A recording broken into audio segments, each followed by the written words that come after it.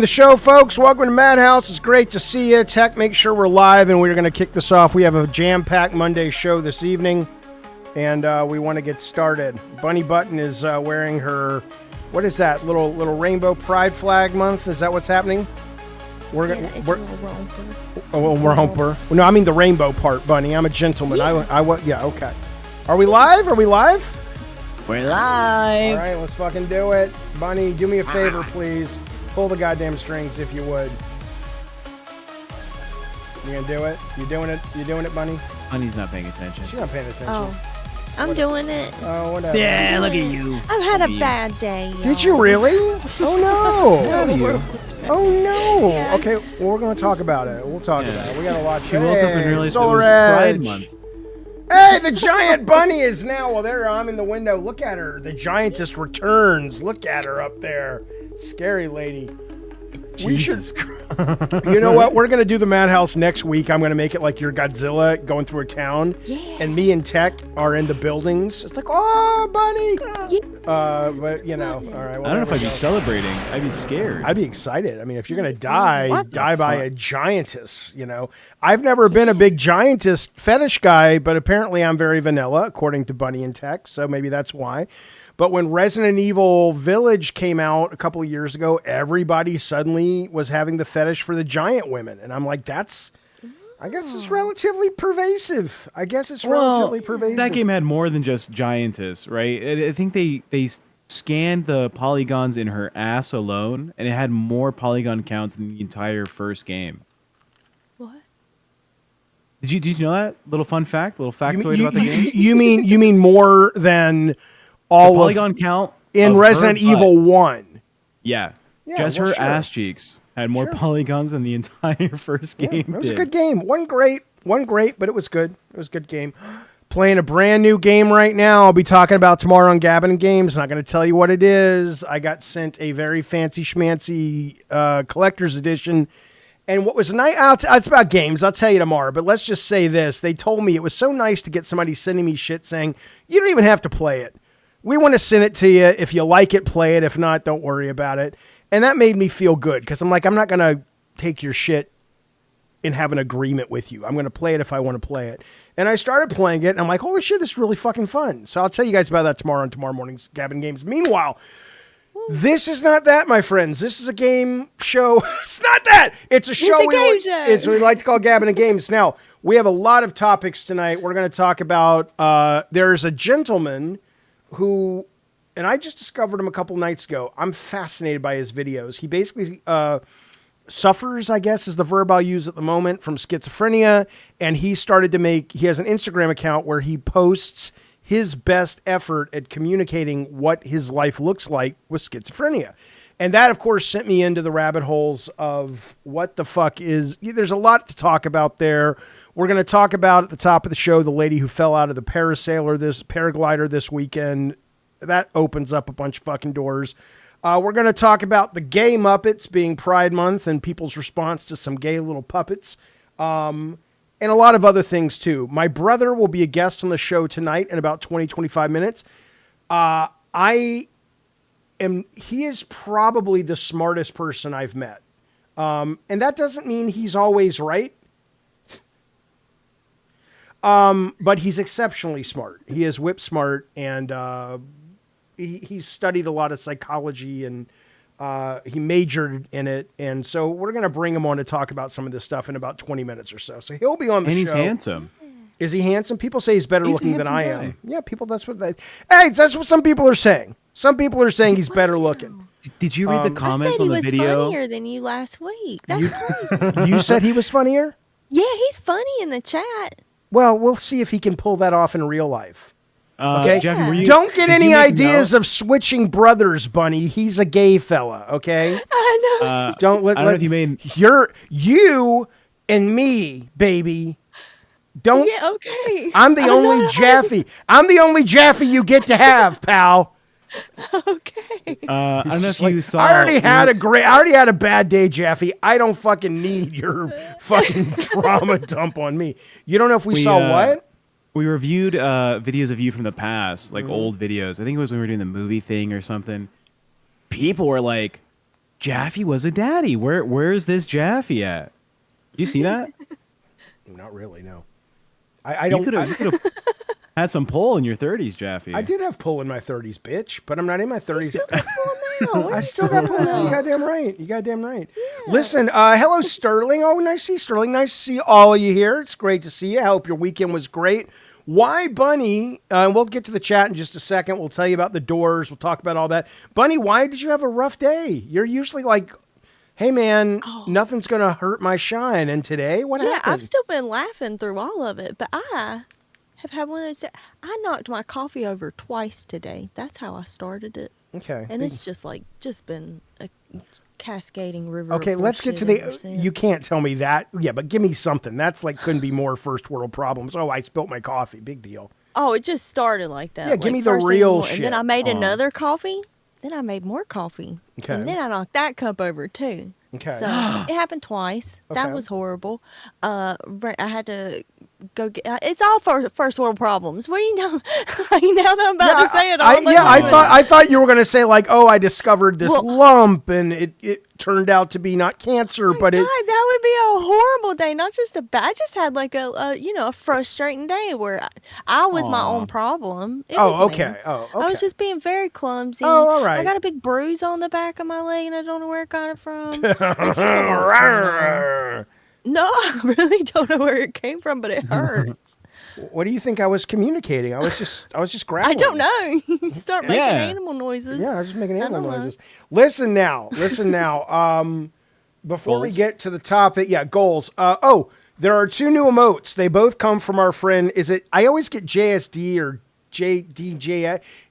JSD, who's been a longtime supporter of the channel, won the award last night.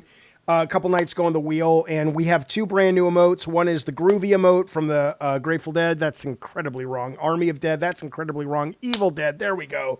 And the other one is, I guess, Nathaniel whatever from the pilot, The Miracle Over Mojave. I don't know what the fuck. I know who that guy is, but I haven't been keeping up with it. So that's what Did you always have a blue waffle emote? Oh yeah. Back in the day. Anyway, point is, if you would like to get your own emote on the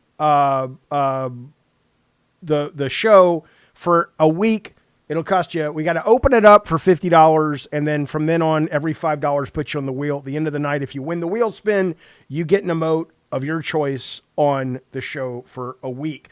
Pot and Popcorn was going to be this last weekend. We are now offering. We're going to be doing it next weekend, Saturday. That's happening. We were too high Friday. I couldn't make it Saturday. But we are offering for $150 tonight.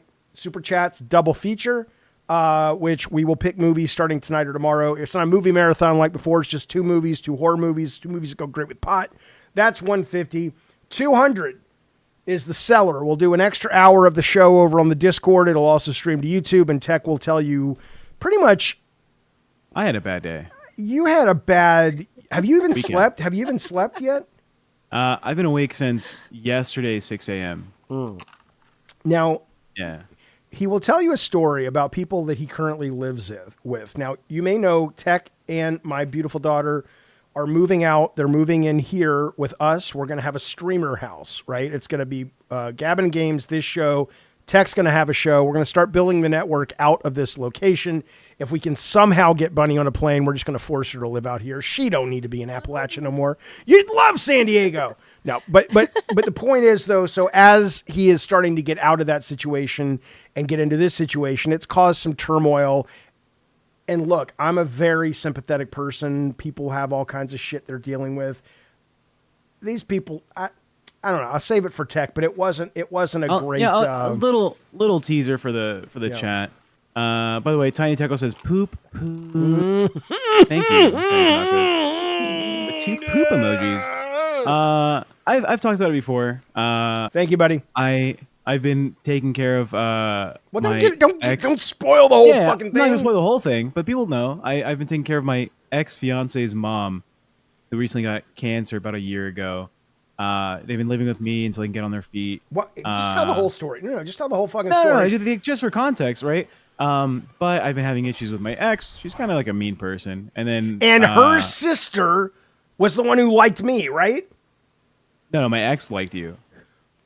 Who did before I even knew tech? I didn't know who David Jaffe was, but back in the day, like I was in that relationship for 7 years. Time out. And during that, yeah.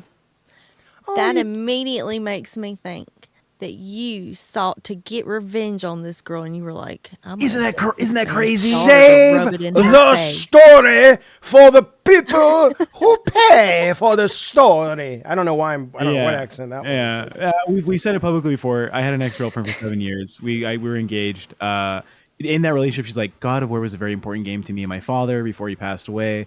I love the game. If I ever met the guy who made the game, I'd fuck his brains out. Like, that was the thing she said. And I was like, I don't know who that is. I'm really big with girls who played our games with their dads. That's my little section. There. It is very. I know it's true. Did you play Twisted Metal with your dad? I hear it all. I hear it all the time.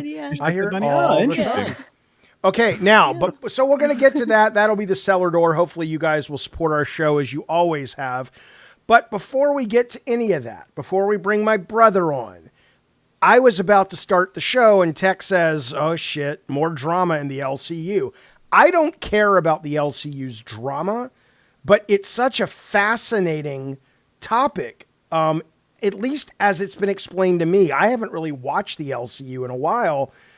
Tech, will you tell the audience what you are under the impression occurred over there with one of the hosts, and maybe you guys can correct us, and then I just want to give you my thoughts on it before we move into the actual show. Yeah, so over there on the Lookout universe, there's a show called Lookout Test. They were friends of mine, Grim and Nightmare. They went through a super long stream over the weekend where they got a little political, you could say. They were talking about some interesting topics.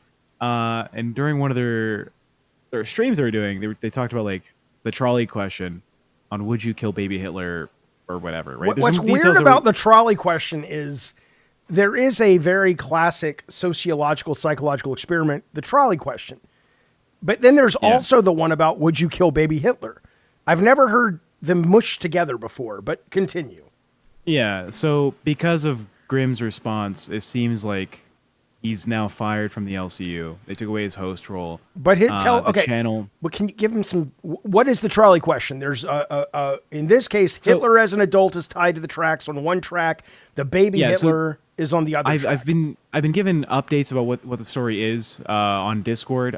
Sterling, who I think is a mod on their channel and also on their docket team, might have better information for me. But it was presented to me that if you had Hitler on the rails and baby Hitler on the other rail, do you flip the switch to kill baby Hitler? Why do you even need the trolley? That should have been enough for anybody watching the LCU to go, this is stupid.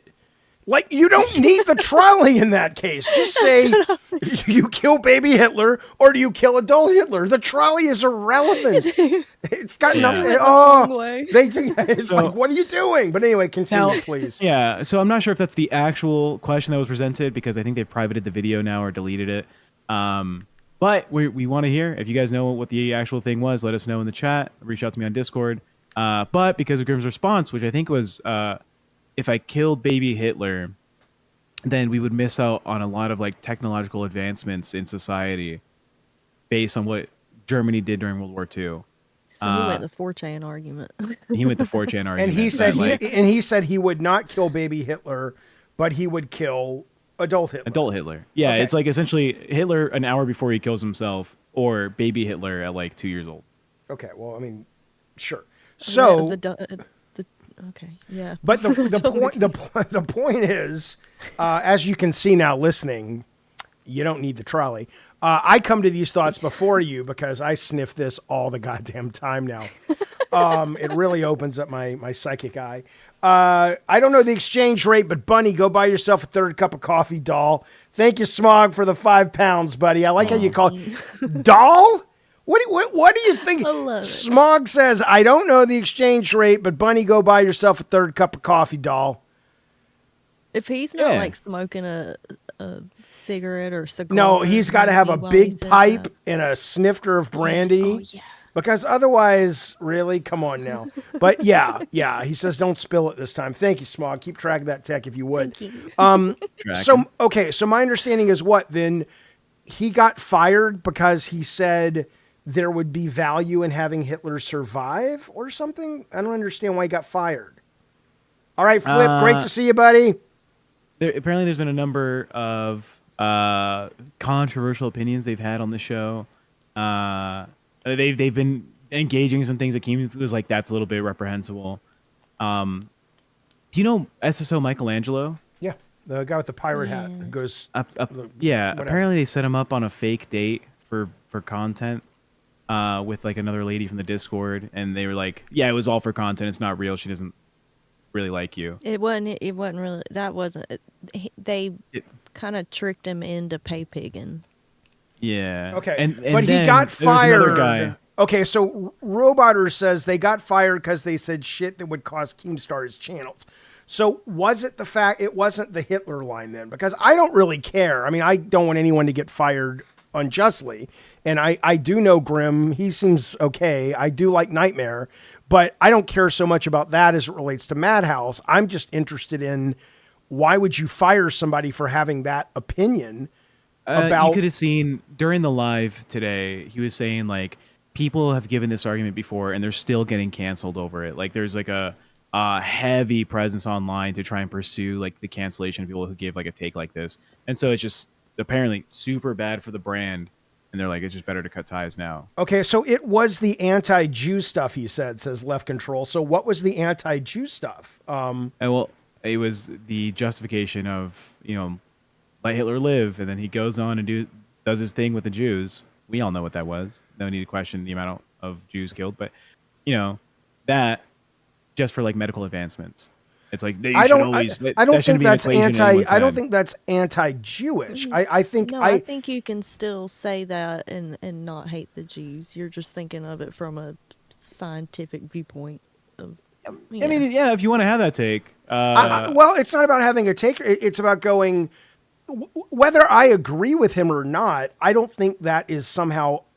If you said the medical advancements matter more and fuck the Jews, I hate the Jews anyway. Okay, yeah. I'm with you. But if you're basically sort of stepping back and taking 6 million Jews died and then how many other, millions died in the war itself. And if we can look at that number and compare it to the lives saved based on these 3 advancements in technology that we have gotten over the last X years, I don't think that means you kill or don't kill baby Hitler, but the idea that you can't even have that conversation when it's coming from that angle, I think that's bad for the brand. Yeah, frankly, I think it's it's weird. I mean, there seems to have been a lot of like preloading hate towards Test. There's another guy in the Discord called, I think, Exiled Warrior or something. He's like a crown on nerds. And apparently during the live stream on the weekend, he said, "Oh, I'll go ahead and steal that girl that dated Michelangelo. I'll crown up if she goes on a date with me." And they were like, "Oh yeah, would you date the guy if he crowns?" "Yeah, I mean, it's for a crown. Come on." And the reaction from Keemstar was, "Oh, they're like prostituting their female viewers to get money." Oh, that's very different. Of course. But AAA, who's obviously trolling, but he says, Jaffe, you would support anti-Semitism on your channels. This is the problem with people like you. Is anybody in the world, my last name is Jaffe, bitch. My family, or part of my family, is still Jewish. I haven't been religious since I was a tiny little wee lad.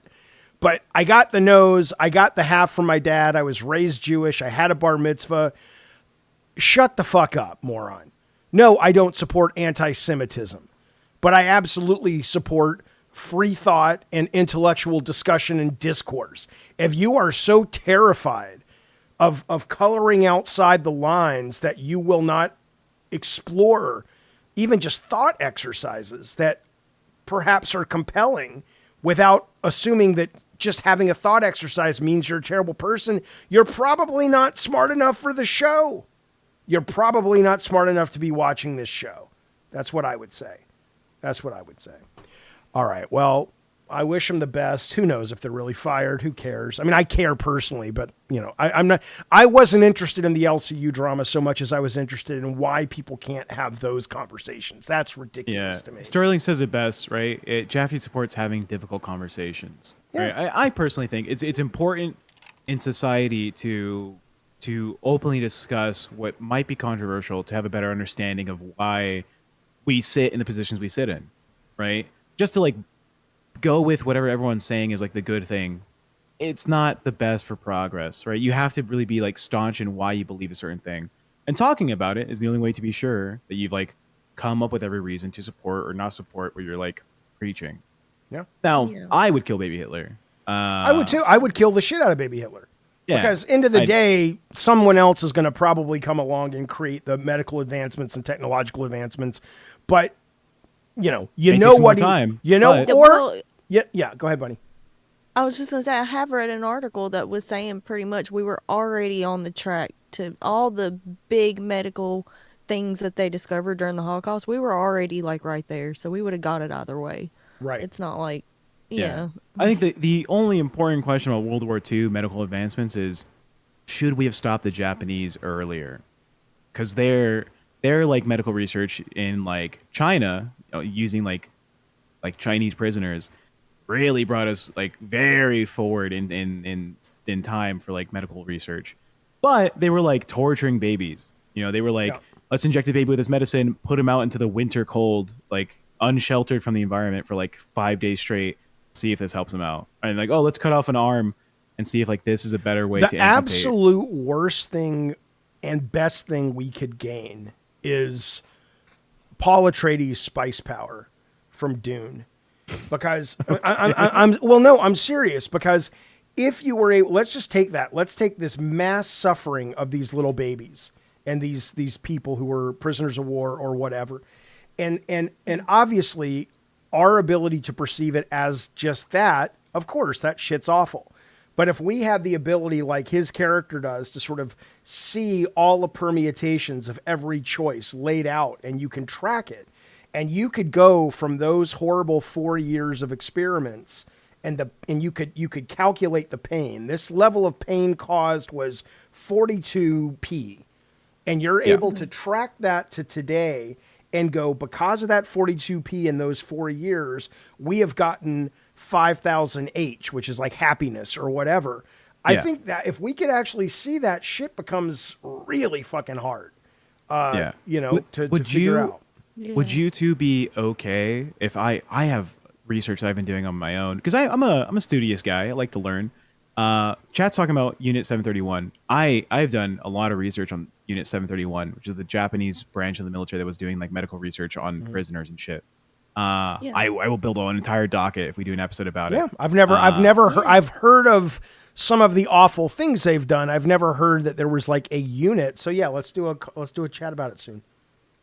Yeah. Hell yeah. Listen, okay, I want to bring my brother in, but I don't know where he is. Philip, if you're watching, you can text me, but there's something in the left of the Discord called Madhouse Waiting Room. If you just click on that, it will put you in there, and then we'll just drag you up into what's called Madhouse Studio, and you'll be on, and we're going to start talking about, we'll first start talking about the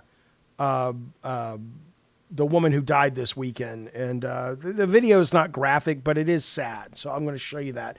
While Philip isn't in your Discord. He is in my Discord. There he is, right there, He's Bubba in- Judd. Here he is. Is he Bubba Judd? Hello, there he is. Are you there? Hey. Are you? Philip isn't in your You Discord. gotta do headphones because we can hear the echo. Yep. Hello, there he is. Are you Um, there? Yep. Give me a second. All right. You gotta. The guy writes databases for a living. He's very All right, smart. there's- He's like, I don't know where to plug Cool in the guy. headphones. I know where to plug in the headphones. I got too many. Hold on. But now, in the meantime, don't forget, we're at $7 on the emote wheel. And then we're going to do pot and popcorn double feature. Let's not be fools. Spin Yeah, the ducats. It's Monday. For the chat, for those that don't know, Bubba Judd on the screen right now. He's the guy with the cassette as a profile picture. That is Jaffe's brother, the more handsome brother. Yeah, let's bring him probably up a and have smarter brother. ones. No, well, yeah, he's probably smarter. Let's do ones in the chat if he's more handsome, or twos if I'm more handsome. Can y'all? I can't. Can you hear me now?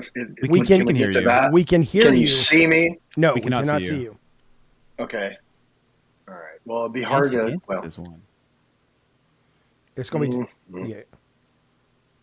I'm looking for the button that makes it go picture like stuff. AAA, I'm gonna time you out because you're annoying me. So you're in timeout for 24 hours. Maybe we'll see you again. Maybe we won't. I don't really care. There you go. Now, what I'll tell you is, we did Philip did the what on the weight loss thing because I'm doing the Ozempic and it kind of stopped working. But you did the thing our sister did. What is it called? I had the gastric sleeve surgery. Yeah. And funny enough, I'm supposed to go for my checkup with my surgeon tomorrow, and I've gained quite a lot of weight in the last year. So he's going to chastise me a lot. What's quite a lot? I'm not looking forward to that. Like 25 pounds. Well, that's, What do you know what total loss is? Do what? Total loss from when you got the sleeve to now? Oh, I lost like 125, 130 pounds. And then I put, in the last year, I've just gotten really bad and put 25 back on. So I'm actually thinking of doing Ozempic to lose the... Yeah, I mean... my uncle got the sleeve about 3 years ago, and he went down 180 pounds in like 2 or 3 years, maybe about 3 years. But then he found himself eating higher, like denser caloric shit. He was like, I missed the energy that eating a lot of food gave me. So now he's eating like fucking candies and shit. He's up like 50 pounds from when he was losing weight. I definitely started liking sweets a lot more. I used to always just go towards the salty stuff, and I still like the salty stuff, but yeah, now the candy is like much more. They say it's like a psychological thing that when you go from eating less calories, your body develops like I'm going to find a way to bring up the calories I used to intake, and it ends up being sweets. I think it's like 30% of people that get the sleeve end up going to get a sweet tooth. Well, at some point, it was the first 4 years was just magic. It just, the first year just fell off, all of it. And I couldn't eat an entire hamburger. Like if I would go and just get like a regular hamburger, I could only eat half of it. And I was just like so full I wanted to throw up. I was like that on the first few weeks or the first few months of Ozempic. And then it kept the weight off, but it didn't keep coming off. And then it came back because I changed. It doesn't matter. The point is, oh, look, it's Philip. He's here. Hello, Bunny. Bunny, you've met Philip or no? If not, there they are. Yeah. No. No, we've in the chat. I thought we talked. Oh, in the chat. Yeah. Okay. So Philip, before he did the databases and before he made movies, he was a professional therapist working out of Atlanta. He cured about 4 diseases. None of that's true. But the point is, he knows a lot about this stuff, and we're going to talk about it. So, but first, I want to put a clip up. This happened this weekend, and this is this lady who. Oh, wait. Before we even get to that, we have some drama of our own. I don't understand anymore. But here we go. Let me put this on the goddamn screen. Oh my God. You guys, I don't know. I just don't know. Once I thought I was out and they pull me back in, we got a new tweet from Anthony. He wrote to Asmongold for some fucking weird reason. He says, Asmongold, I have a very public feud going on with David Jaffe that I would like to discuss with you on your stream. My partner, Gina Ramirez, suddenly they're partners now, and myself made a video about it, and then I was on Jaffe's show for 90 minutes trying to defend myself until I was kicked. And then Gina's down here saying, make us famous, Anthony, I believe in you. Both of these fuckers have gone around the fucking bend. I don't know what to tell you. I don't understand. I just never again. Never let the guy in the server again. It's over. Not a 60-day ban, Tech. It's over. I want him gone. Okay? Sounds good. All right, let's move on. This woman this weekend, I will play this. It's 30 seconds. She was 19 years old. Montenegro, and somebody comes up to her and says, hey, we do paragliding, parasailing. We'll give you a free ride so we can video it for our website, socials, blah, blah, blah. Here's what happened. And there's no gore, but she does die, but you don't see the impact. It's relevant though. It's relevant because it's about what's happening in this woman's mind. When did this happen? This weekend, she's 160 feet in the air. She takes her life jacket off. She's like, I have to get out of here. I have to get out of here. Help me, help me, help me. She takes her harness off, and then she kind of slips a little, and then that's all she wrote. And she's dead. Hit the water, of course. Yeah. She took herself out of the harness. Yeah. Out of the harness. That's right. That's right. Claustrophobia? I don't know. So no one really knows.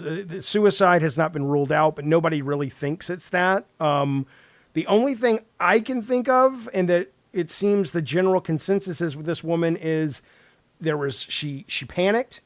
She had a panic attack.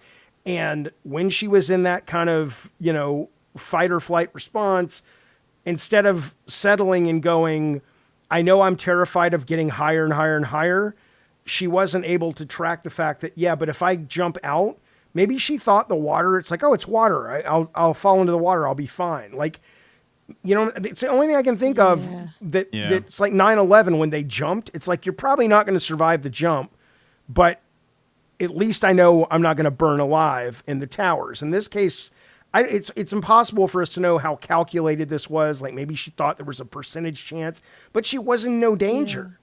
But her mind, she felt she was in this horrible, terrifying danger.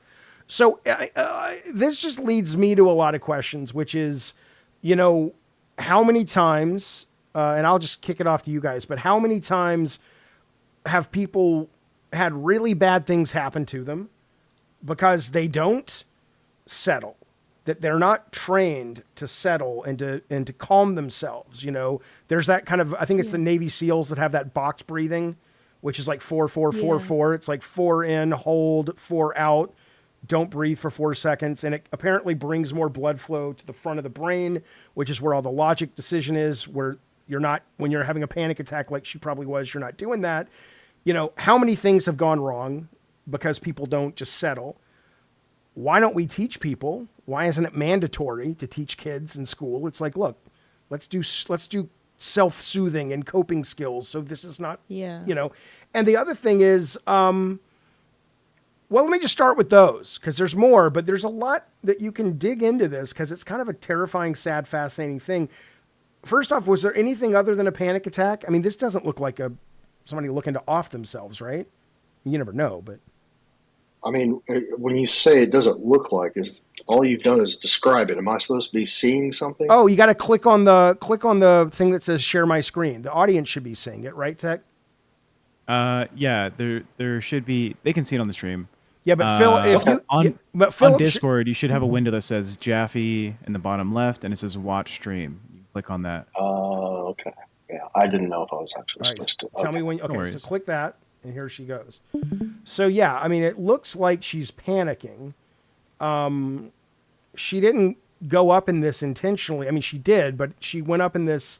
It wasn't planned. So this is a parasail. Yes. This is like the parachute behind the boat. Yeah. Yeah. She's up a little over more than 100 feet in the air. 160 No, feet. she doesn't look like she's panicking. She does not look like she's panicking. So you think she's just like, I'm done? I don't know if it's a conscious thing. I'm just saying, I mean, I don't see, I mean, it's hard to see because it's kind of blurry, but, sure. And I don't hear anything, but she's very systematically, undoing the buckle. And I mean, it's not, if you're just like in a total panic, I feel like you would just be like grasping at everything and trying to rip it off of you and to get out of it. That's what I was thinking. She seems a little too calm. Like her hands don't seem to be shaking like I feel like I would probably be shaking. But, I mean, that being said, it doesn't mean that she's like making a conscious choice. She could also be having some sort of paranoid delusion or something like that where she doesn't, get the reality of where she is at that moment. And she's like, I've got to get out, so I don't know. But it doesn't look to me like a panic attack, but what the hell do I know? Right. Do you think she thought, like, do you think the average person looks at this and goes, "Oh, it's water, I'll be fine," or do you think most people would know if you're that high up, this is 99% unless you hit it just right, this is going to be like hitting concrete? Or do you think some people are like, "Oh, it's water, I'll just go in the water"? Like, well, I mean, I think there probably are people that think that because, they're not very bright. Yeah. But again, it's like, well, if you're in that sort of mental state where I don't think the logic comes into it much at all. I don't think her, I mean, who knows? I'm just guessing what's in her brain. But if what my theory is, that she's having some sort of psychotic break or even neurotic, some terror from reality, right? Where for the moment, at least, she forgets her surroundings or where she is. Yep. And even though it's not necessarily a panic attack, it could be that she's not all in her right mind. Tara in the chat says if she anticipated hitting the water for safety, she wouldn't have taken the vest off, like her life preserver. It's not a bad point either. Yeah. I mean, my question, because, when I was a kid, I got dragged behind the boat once. I remember. Yeah. Yeah. And I spent the whole time, like, not seated correctly in the harness because I was young. I was like maybe 10 years old or whatever. But I didn't realize that if I had just lifted up and sat back, it would have been like a chair. And I was just like hanging like, dead weight in the harness for the whole time. It was terrifying. Yeah, I don't know. Sorry, you were about to ask something. No, I like in the chat, somebody's saying it sucks. The family will probably never know. Speak closer to your mic, Jaffe. You speak closer to your mic, bitch. Yes. He's so mean. Philip. But the family will never know what happened to this lady at this point. And, I don't know. It's just there's something that really sticks with you about it because it doesn't make any fucking sense. Bunny, what do you think? Have you ever, let me ask you this. Have you ever been so panicked that you did make stupid decisions like this? Like, I'm trying to think, have I ever had this kind of... No, when I panic, I freeze. Right. Like, so I would have been perfectly still. I wouldn't have moved an inch. So I don't understand if I was panicking because I'm afraid of heights or something, I would be making sure everything's fastened. Like, I wouldn't be doing the opposit. Right. But if you're claustrophobic, Yeah, then you're just like, I've got to get out of this thing. It's constraining, and I can't move, and I can't breathe. That makes a lot of sense. Yeah. I wonder also, maybe she didn't know, because it was, she apparently was very big into social media and always posting and all these happy photos and stuff. And I don't know, maybe she didn't know what she was getting into. She's like, oh, look, I'll be cool and people will like my, and she didn't realize, oh shit, this is going to scare the shit out of me. I don't know. I don't like it. It makes me sad. It's that thing where like when you're a kid and you're riding like an amusement park ride or something at the fair and you realize how scary it is and you're like trying to wave at the guy to tell him to stop the ride because it's like they need to have a little radio for the person up there to talk to the people down in the boat. I mean, yeah, that's right. To say, hey, I don't want to do this anymore. Right. Get me down. I want, this wasn't in America. I don't know how much these things are sanctioned in different countries or even in America. Like theme parks and fairs have, OSHA or whatever the company that goes around. So I don't know, but yeah, that would be a really good idea. Other scenarios though, I was looking at other scenarios where people get afraid and it fucks them up. Right. And there's the classic story of the guy, and this was like one of those real famous early podcast, where he's driving his car and he can't, and the brakes don't work, and the accelerator gets stuck, and they spent years trying to figure out like how they could sue Toyota or Honda or whatever, and it turned out he just didn't realize to take his foot off the gas, and the whole fucking family died because he got into this sort of mental state that he was convinced this was happening, and he didn't have the mental bandwidth in those moments. And they just started going faster and faster and faster. and they ended up, I don't know if they went off a cliff or hit another car, but the whole family died. They just couldn't break out of that moment mentally that they were in. I'm trying to think. There was that nightclub that caught on fire when the band was playing and everybody died. And apparently they said that the reason everybody died in there was because everybody rushed towards one exit. But there was like 4 exits. But they were in such a panic that everybody just raced to the one and it killed everybody. And so it does, and Tech, I don't remember what it was she said. Sarah said something the other day about suggesting somebody meditate or something. And I was so happy. I don't mean meditate like as a practice, but she told me to meditate during the chili pepper thing. Oh, right. You ate a chili pepper and she was just like, let's breathe through it. I love that she has that awareness, but it does make me wonder. I know a lot of schools push back because religious people think meditation is some kind of satanic thing. Yeah, Eastern religious thing or whatever. But getting kids into the practice of being able to sort of, I don't know if disassociate is the actual word, and it probably shouldn't be, but to sort of separate from the moment and recognize they're in a situation like that. It would just, I don't know. It seems a lot of people would have better outcomes with things like this. Do you think there's been a change in the environment with kids growing up these days to not pursue stressful situations that cause them to be worse at like panicking situations? Oh yeah. I mean, that's what I hear. I don't know, but I hear Yeah, that. I would agree. So growing up in Mexico for a little bit, my dad would tell me stories about like what the kids do normally. And like, oh yeah, we would all get onto like a boat with like a stone. We'd go like into the lake where it's like 30 to 50 feet deep.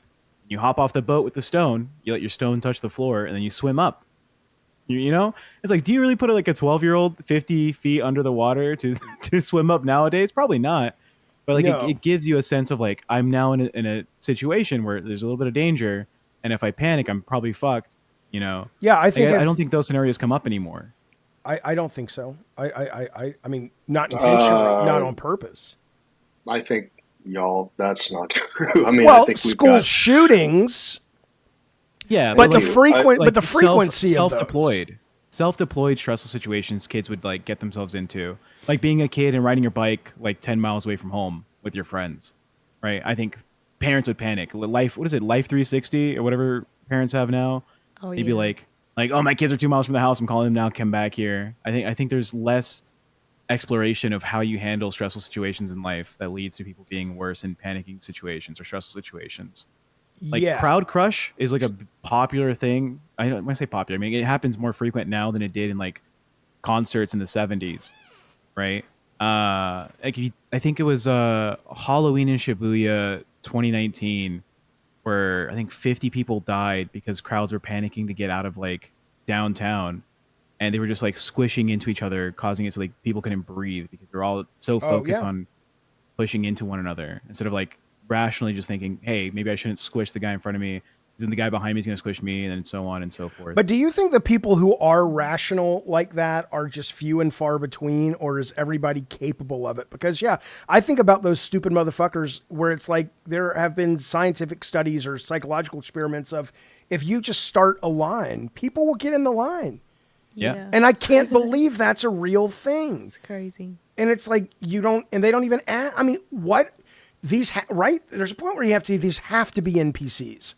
Like we have to be in a simulation, and these have to be people who are just kind of, basic code. We're psychologically, we're like society has programmed us to be very like communal creatures, right? We like to be part of the group and not outside the group. It's how we survived throughout all the history of humanity is be part of the biggest group, and you have better numbers, you have better odds.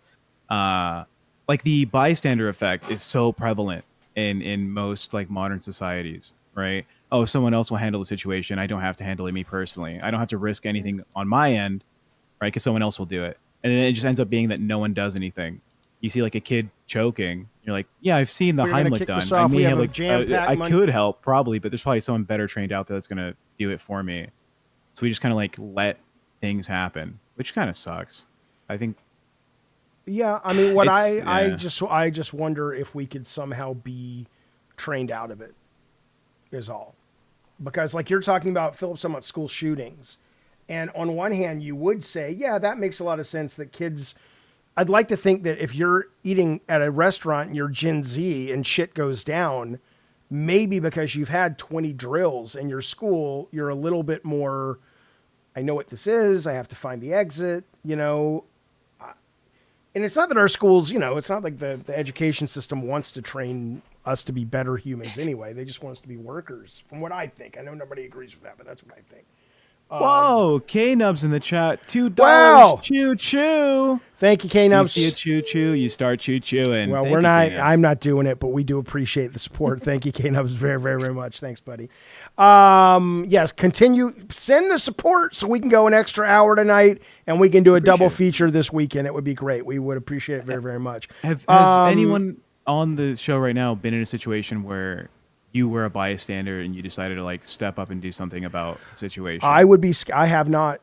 Well, but I would be scared now because of something that happened to a friend of mine.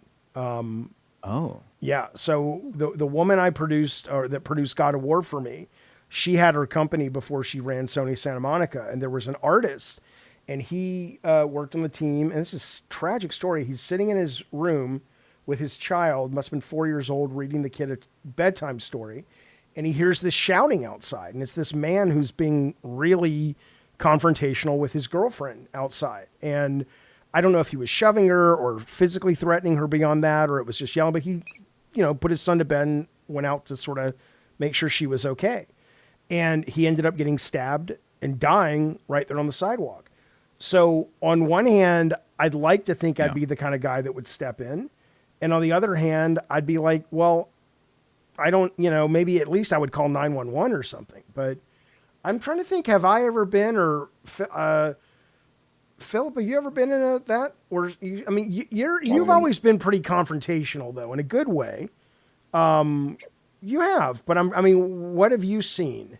You got, well, I can't say what you guys had that thing at the office, but you didn't experience that. But well, I mean, no, I didn't experience it, but I ran into it. I mean, when I heard someone got shot downstairs, I was running downstairs. I you know, my boss was behind me going, "Y'all just stay back," and I'm just like, you were running downstairs to do what? See if somebody needed help, I guess. If someone is like shot, I didn't know. By the time I got outside, there was police and ambulances and everything else. They were already there. But when I heard about it, you know, some people in the office ran downstairs and some people didn't. But I mean, that's not a judgment. That's just what you did. Well, you always think you want to be the guy that's going to do the right thing. But like Bunny says, a lot of times I just slam the brakes on. And I hate that. I mean, you know, I mean, that's not the wrong thing to do. You know what I mean? That's your natural reaction. There's nothing to. That's just what your brain did. Yeah, but I'd like it to be different. I'd like it to be different. There's been studies in the past identifying two types of community cultures, right? Those that are more collectivistic culturally or individualistic culturally, and how they react to like these bystander effects. Like they used to say that like primarily the people that tend to break away from the bystander effect are people like, you know, Asian people, Latin American people, people of African culture. If they see like a situation happening where like, oh, I can step in and help out, they just will do it. Because it's socially, it's what they do. They see it prevalent with like people from the South. Like Southerners tend to be more likely to step up into a situation and defend like a innocent party from like an act of violence than someone from like New York or LA. So maybe it's not like a generational thing. It could just be like how you're brought up and the values given to you about like your community or your family, your neighbors, and so on. By the way, Canty says, if Jaffe chews, she'll donate. What's in it for me, Canty? How much you going to donate, baby? You know. Chew. I need to know what we're talking here. I need to know what we're talking Bunny here. specifically has said that when she was being attempted to be kidnapped by some guy, some like Mexican guy stood up and was like, stop that. Yeah. You know, he stepped in. I'd like to think now that my kids are grown, I would risk it. Now that I wouldn't be leaving little kids behind if it did go south. I'd like to think they know, because I don't know. I mean, I don't know. We'll have to fucking see. I've explained this. I've had this conversation with your daughter because I'm very prone to, if I see someone being like harassed or attacked in public, like I'm probably going to step up and say something or try and defend the person. Hang on, Canty says $200. Sure, I'm a whore. Chew, motherfucking chew. Let me tell you a story. You gotta do the voice. Did you get the Or a sexy one. Yeah, chew. You guys are get the money first. You guys are adding. No, I trust Canty. You guys are adding to my dilemma now with the sex. I was going to drop out there. Look at that. Thank you. Now, Canty. Thank you, Canty. Thank you for the very generous super chat and support, and thank you for buying the glasses this weekend. We appreciate it. Canty, you're about to get the best choo-choo you ever goddamn choo-chooed in your goddamn choo-choo life. But first, Bunny has to read me what you wrote, because the way Bunny does it just makes me go tingling in my knees. She said, choo choo, baby. There you go, baby. All right, here we go. Canty riding a train, not feeling good, emotional pain because she loved the Jaffe, but he wouldn't come again unless she made it rain with her ducats. Well, she pulled out her purse and said, take my dough, stick it up your butthole. You know where it go. My name's Canty, and I ain't no hoe. I am the world's greatest race car driver. I added the race car driver part because I thought we needed somewhere to go for a third verse. Thank you, Canty. We appreciate it. I'm just thinking about Mom asking you to write the poem for my bar mitzvah invitation. And they thought it was so good, right? Just because I rhymed some fucking words, man. Anybody can rhyme some fucking words. Oh, David, you're so good at it. Mm-hmm. Do you remember the poem? No, I was like, I'm a genius. You are. You are a creative genius. Canty says your brother looks so disappointed in you. Well, par for the course, baby. Par for the fucking course. I'm kidding. He's very proud. Someone in the Discord asked me, because Jaffe showed the video of your guys' dad talking about like his favorite kid and looking at Philip. Oh, right. On his deathbed, the seance. And they were like, how true is that? You're so fucking melodramatic. Wait a minute. Remember, I showed it in the context of the seance, the woman that we hired, and she came on and mentioned it, and then I went back and got that clip so I could play it next to what the seance, the medium, was saying. That I wasn't showing it to be all dramatic. I was showing it to be like, this was pretty weird. You said deathbed. That's the bed he died in. There was like not then though. Yeah, but it's still the same bed. There was a number of people that reached out. They want to know Philip's When are you running for Congress, David? It's just the same bed. They wanted to know from you specifically. Do you think you were the favorite child growing up? No. Yes. And why? My sister definitely thinks that's the case. Why do you think you were the favorite? I never felt that. I don't actually don't. We were both spoiled rotten in different ways, I imagine. Yeah, I mean, look, somebody, go ahead. No, I mean, no, I don't think so. I think we both were, how to put that, encouraged in our own sort of talents and we were the things that we were good at. Yeah. And also the challenges we both had were very, very, very different. And now that I've had kids, what I can honestly say when people say, oh, well, one of your kids has to be your favorite, it's absolutely not true. What is true is you have very different connections with your kids in different ways. So the way I connect with Sarah is very different than how I connect with Calvin. I don't mean that like as a parenting technique. I mean that as a fellow human on the planet. Sarah almost feels like she is basically a little version of me. Of you. I think it's too uncanny how similar you two are. Right. And then Calvin is more like Emiko. And so we have a different but the love that goes between the two, it's not quantifiable. I've not experienced it that way at all. Jaffe, you've heard stories of my upbringing, like my family. You had dad. a fucking yeah. Yeah, it was interesting. In 2017, my dad had that spill, and he like changed personalities, right? There was a moment a few years back where he's like, "I don't have a favorite kid, but I'm like most proud of you." Like he told me that. Yeah. Oh, Yeah. Don't awe Bunny Button. This man. I mean, Phil, you know what happened to him? Yes. His dad had 3 different kids, and he consciously, it was like some kind of weird, like 6 feet under thing when the therapist parents raised the 2 kids, and they got all fucked up. Each kid he raised different. So Tech, he was like, I was the neglect child. you're going to be neglected. You're going to fend for yourself. You have to get your own dinner. You have to, the other kid was smothered with love. The other kid was It was a conscious choice. Basic rundown. Yeah. At like 15 or 16, he decided like, if I have kids, I'm going to treat them differently to see how they grow up. Cause he had a shit show for a raise, like his upbringing, right? He was told that his grandmother was his mom, and he believed that until he was like in his 20s.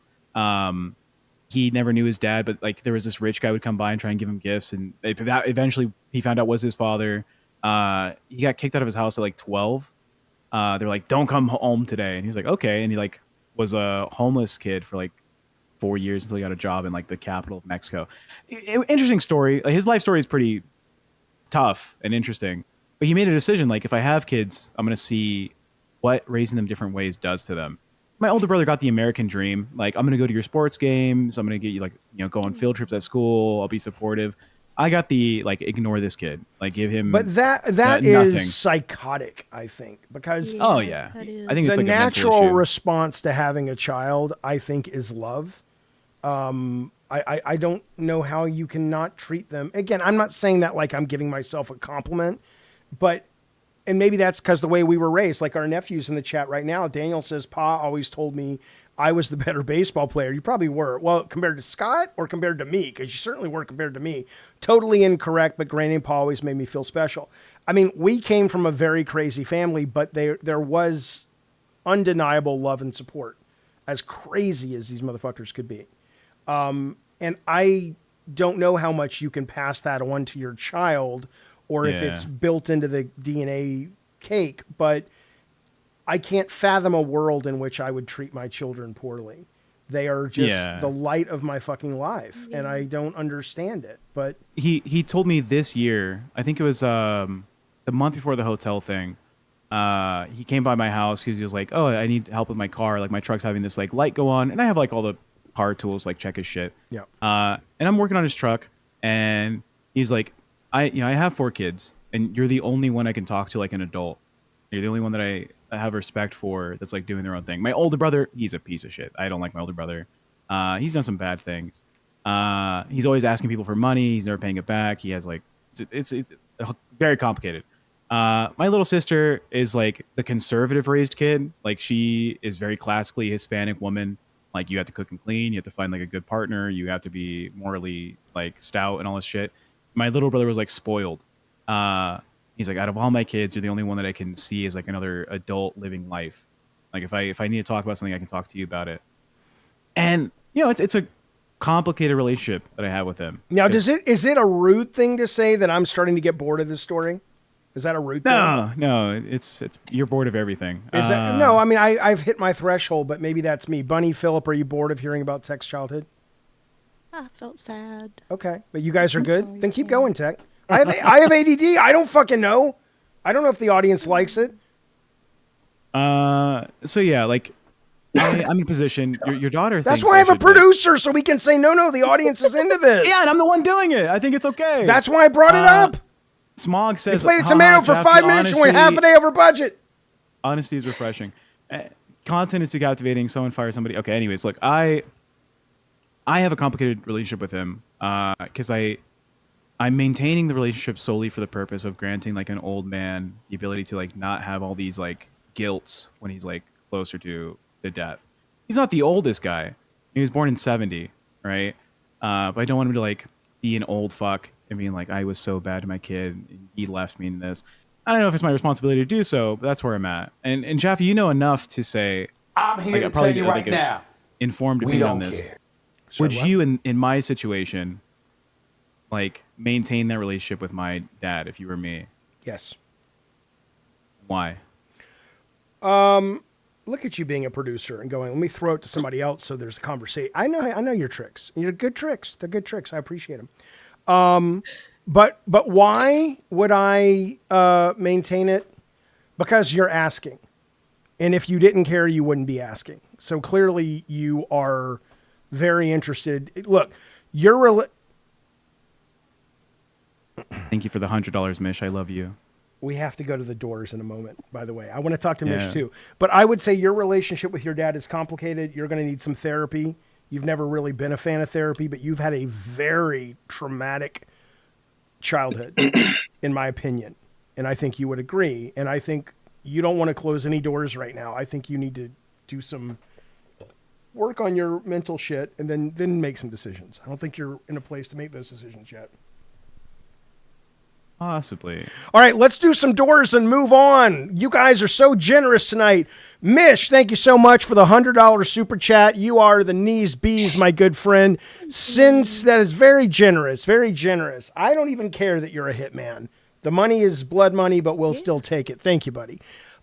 Mish, appreciate it. Sins to Squid says, love you, Jaffe. I love you back. Let's make a baby and go to prom. Thank you, sir. K-Nubs for your past troubles, Tech. Here's $2. We appreciate. I'm not mocking the super chat. We appreciate it, but I just it's like, all right, $2. Everything's great. I got $2.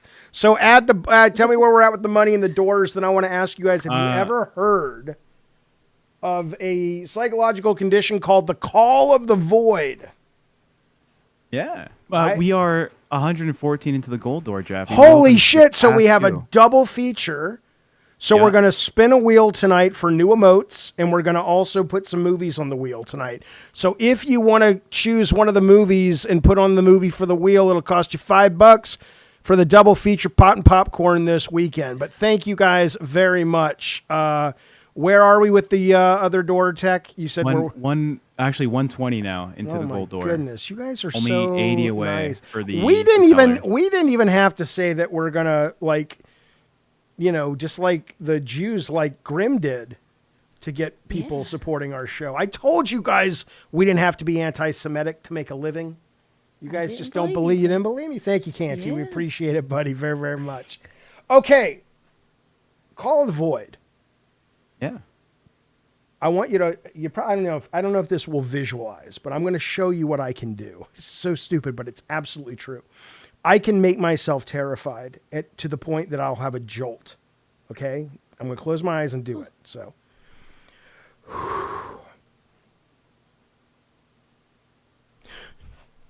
that. You see what that is? Oh. Shut up, Bunny! Shut up, Bunny! Making fun of me. Oh, that was terrifying. Yeah, I'm not saying it would make you terrified. What this is whenever I think of one of my kids in a really... Don't do that.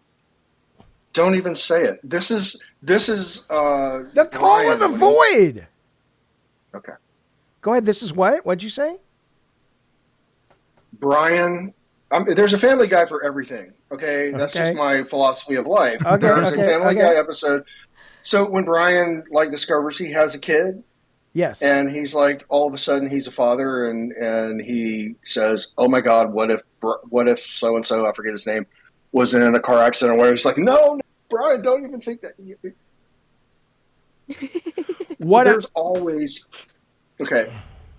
Go ahead, finish. I'm trying to figure out how to. I remember walking in Santa Monica Place before they tore that mall down, and we were on the second or third story of the mall, and I had probably Calvin at the time, must have been barely any age, like 7 months. It's probably I don't know, one of the kids, really young, and I was like, I could throw them off this ledge. I could throw them off this fucking ledge, right? Is this what I thought? Like Michael Jackson. And I was just right, and I was just kind of like, right. But this is a real thing. It's called the Call of the Void. It is a real psychological condition. Go ahead. It sounds Did you get the text? like that sounds like purely obsessional OCD, where you have obsessive thoughts, like bad thoughts, and a lot of times the people will have like a visceral reaction to it because they're afraid they're about to do it. Yeah, well, like that. It's apparently what it is is it's common. They say 50% of people have these. And there's a lot of different theories as to why it's caused. And one of them they said that is the most prevalent theory is that it's because your brain obviously wants to survive and has protection mode. And it's either a misfiring where you know what you're not supposed to do and you experience it like you've done it. Or it's the fact that like deja vu, where your first impulse is to pull back and then your brain kind of fills in the gap before, which is like if you step up to a ledge and you get all like, oh my God, I could jump. The oh my God, I could jump comes after you step back, but you remember it like, oh my God, I could jump and you're at the ledge. So they don't quite know which one it is yet, but it's nice to know it's common. I mean, have you guys never had this? Like, I'm going to steer my car into traffic or... I was about to say, I've done that while driving a car. Yeah. And like for a split second, I thought I was about to do it. I pulled over. Like that's happened a couple times. I get those feelings. OCD, so. And it causes me anger. I don't know if that's like a normal reaction. Like there's been situations where I'm like up high doing work, like on a roof or whatever, and I'm like, I could fall down, and I get angry at the thought of it. Why do you get angry? I don't know. It's like I like to, like, I don't smoke a lot of weed. Weed is good for like my pain shit, like often. But I don't smoke weed because I don't feel as in control over like my faculties. And I think the idea, like the call to the void is a thing. It's a prominent phenomenon that happens in a lot of people. But when that happens, I'm just so mad that like an idea came up that I would not choose. It's like something I wouldn't be oriented towards deciding. Right. So it feels like a lack of control mentally. I wonder about the whole thing where they say, where they say your brain doesn't really know the difference. I mean, it does, but at a physiological level, there are parts of your body that respond to thoughts as if they actually are happening. And I don't know if that's just like a pop psychology thing or if that's accurate, but that jump I do, like I can make myself do that. If I let myself really drift into the scenario and I experience it, it's like just a gut punch. When I think about something happening or like that, it's kind of, but I like to do it just to kind of do it. Isn't that weird? It's kind of fun to do. It's fun to do. You can do it too. I'm doing a training session this weekend. You can have these little spasms too. Sin City Squid. Well, it's because he says, Jaffe, you stutter my name every time. That's because you're spelling. Here's what's funny about you, Sin City. Thank you for the super chat. I appreciate it. But he says he spells his name SINSITI space squid. And he says, Jaffe, you stutter my name every time. And then he spells it correct, which is the way you would spell Sin City Squid. I'm like, why don't you just fucking spell Sin City Squid? The fact that you paid $2 to tell me I'm mispronouncing your name when I wouldn't mispronounce it if you would have fucking spelled it properly.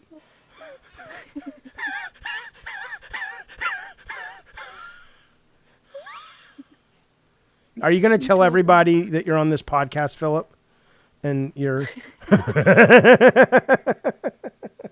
Is this a podcast? I don't know what this is. There's kind Rob. of is. It's kind of, it is what it is. It is kind of, it is what it is. I was looking for the clip because I totally botched telling the Brian story. I can't play the clip though. I know, but I was going to send it to you so you know that I'm not. No, well, you can actually play a little of the clip, right? Because it's already on YouTube. Yeah, well. Yeah, but they get demonetized, those videos. They don't make any profit off of ad revenue. Okay, look. Okay, but you're not going to get... No, that's not a big deal. But I believe you because you're right. There is a Family Guy for almost every scenario. Did you know that 100% of the time you know yourself less than you think you do, says Captain Funk? That's called introspection illusion.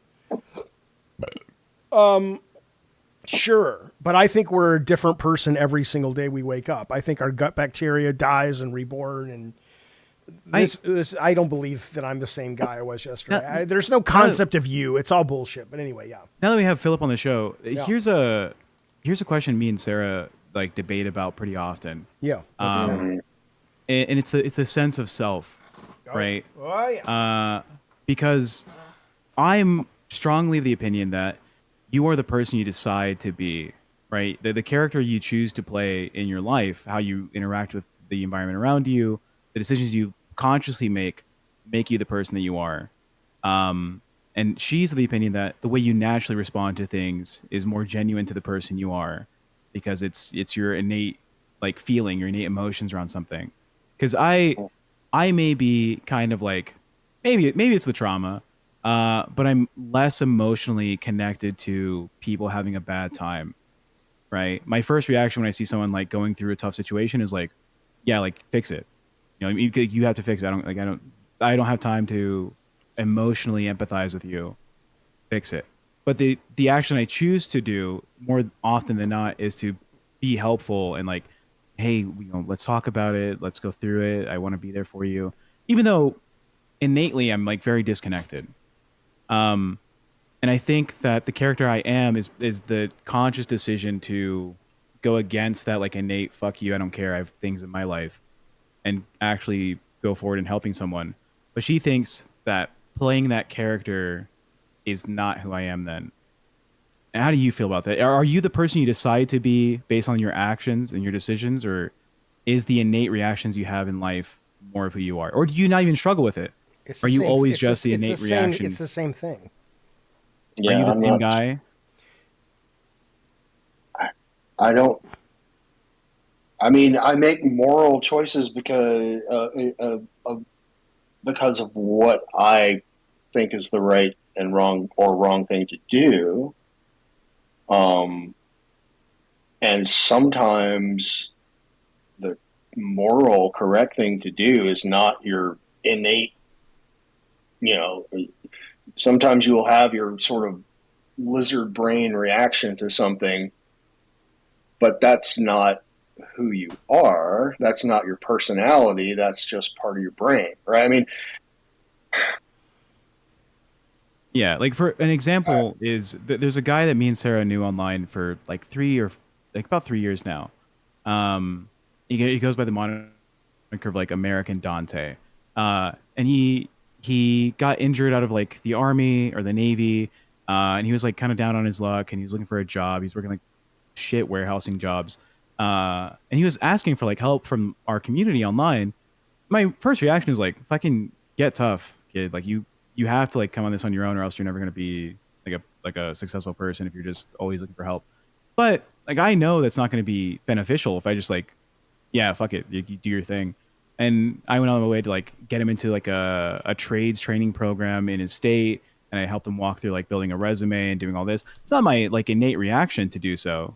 Like personally, I'm like, this is a lot of time invested for someone who's not like really in my life. But I think the character, the person I want to be in life is someone who is more helpful and more outreaching to people. So I decided to do that. And I feel like that makes me more of that person than my innate emotional response. Do you see what I'm saying or no? I mean, I see what you're saying, but I still don't see that they're different things. I think you still made the decision to do the right thing.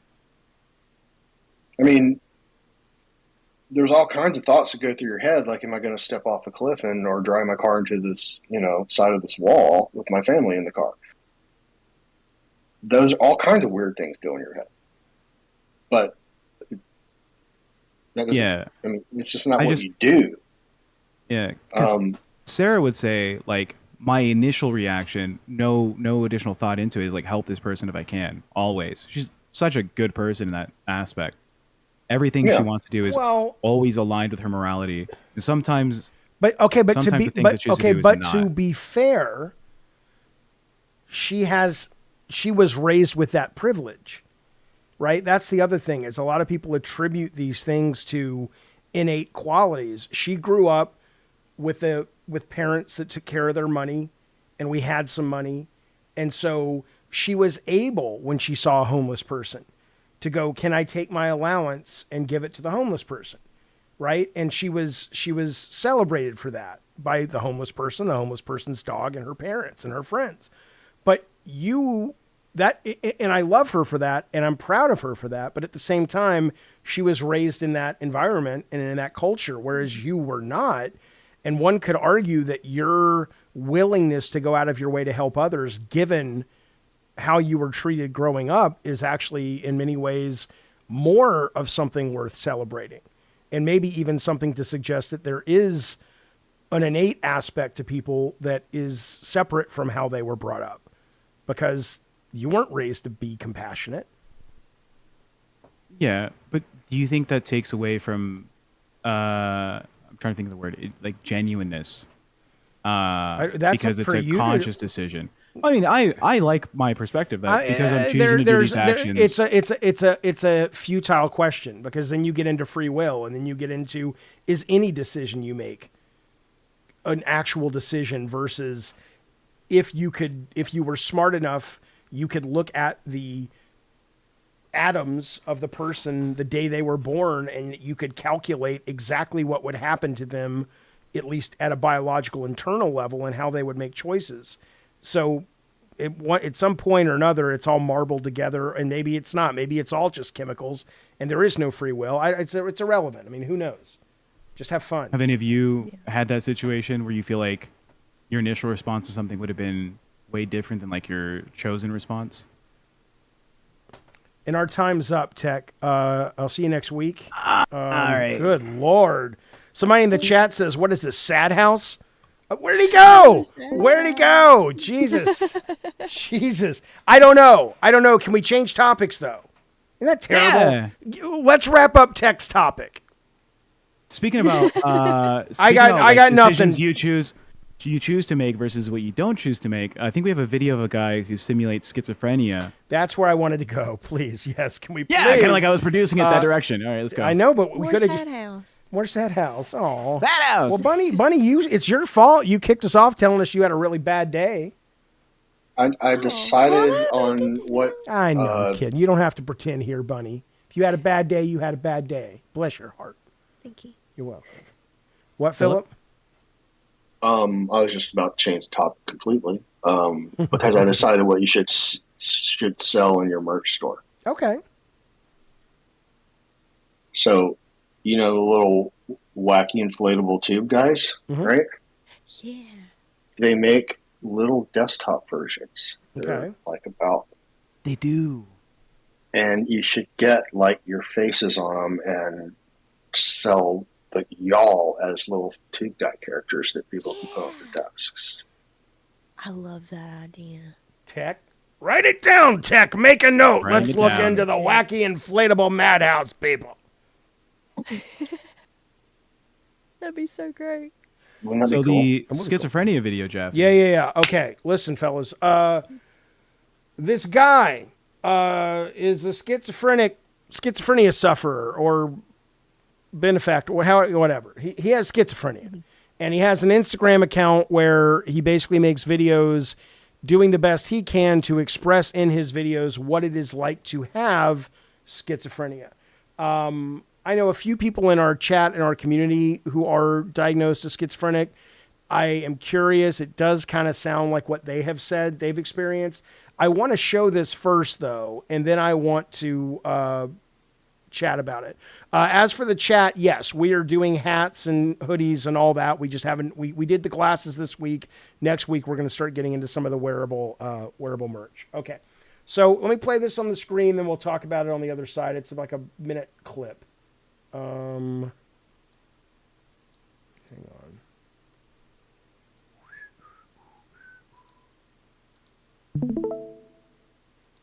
Okay, here we go.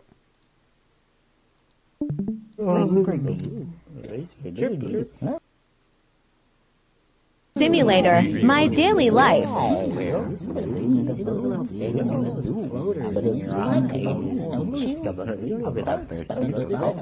Remember when you were here with those little some of us were fire the boats up for a while?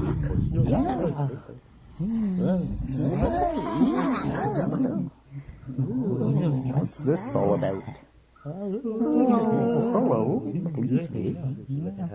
Eyeballs.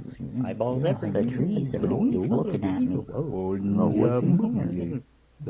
Hello. You're all in the trees and the rocks and oh, that's just like good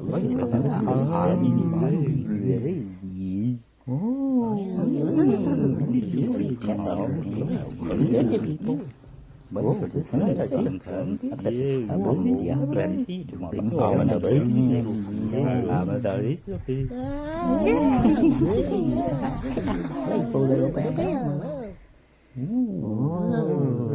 see me?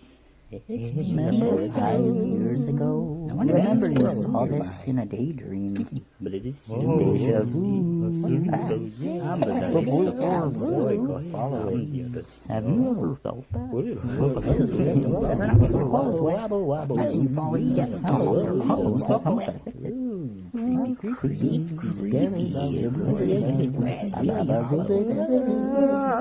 That thing is creepy. Schizophrenia Simulator, my daily.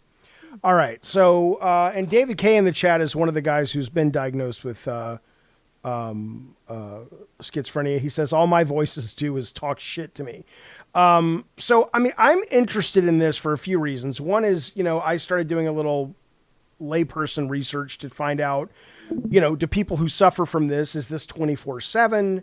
Are they aware they're suffering from it? And obviously it's different for everybody, but some people have it and they've had it their whole lives. Some people get it, young adulthood. And if you get it in young adulthood, they're like, at least you have a baseline where you can go back and say, I remember what my life was like before this.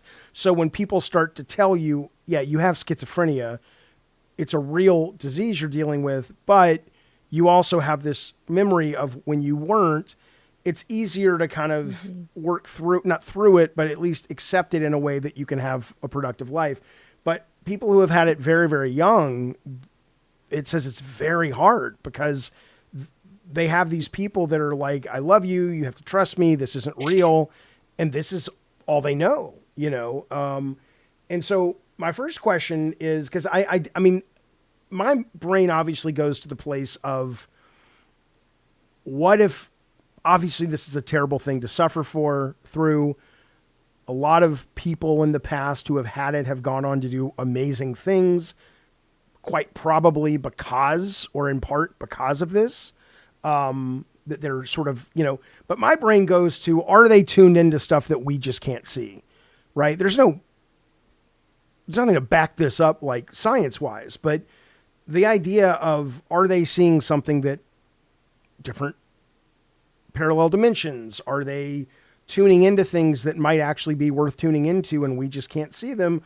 And I was even checking, it's like, are all of their delusions based on things they've encountered? So it's clearly something they're creating, like a hallucination of when they were a kid.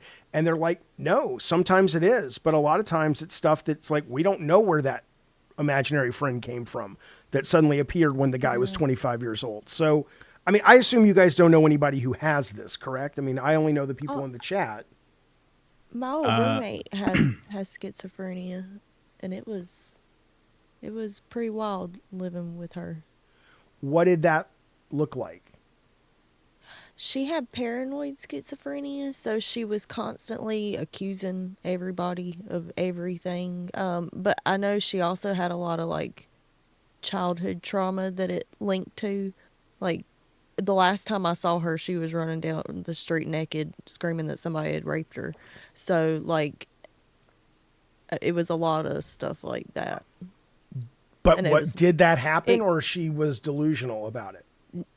It happened when she was younger, and I think that is like what would trigger, like stuff like that is what would trigger. But she was paranoid about like everything, though. She thought people were watching her all the time. She would constantly accuse all the other roommates of like going in her bedroom, and she would lock her door. Nobody could even get in there. Like there was no way.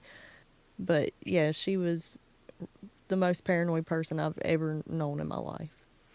David K., I know you've called in before. I don't know if you're willing to jump on the Discord, but if you want to talk about I'd love to talk to you about it if you're open to it. He says it's no problem. Meds take the voices away, which is good. Yeah, my mom's side of the family actually has like a prominent schizophrenic background. I think my mom's mom had it. Two of my mom's sisters have it. And they say I think it's more prevalent in women. I think that might be the thing.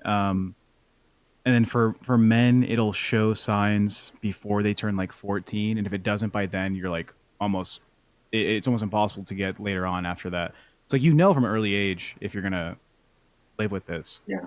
I think it's usually a little older. I think it's more like college age is when guys tend to present with it. Let's see. I looked Did into you it because did you I know was anybody told as a that had kid. this in college, Philip, or did you ever meet anyone who had this? Not that I'm aware, but probably. That particular video, I mean, was nightmarish to me. That was terrifying. I would go insane in a day if I couldn't make that stop. Because that was scary. What was scary about it? Well, I mean, just those faces that were like popping up out of, and then all the different voices together. I felt really scared. I don't know. I'm really tired. Sorry. Well, I would, it's kind of like scared me. It's kind of like sleep Philip paralysis, where I look at it and I go, I want to talk to them. I'm like, Yeah. oh, I have these voices. Who are you? Why are you real? Why are you coming to me? I mean, maybe that's what the homeless people out there that maybe, I don't know. I mean, but it's. Yeah, I do have more information about it. Philip is right. So it looks like for men, it's most commonly presented in late teens to early 20s, before the age of 25. 60% of cases appear in that age range. 35% from childhood before 13.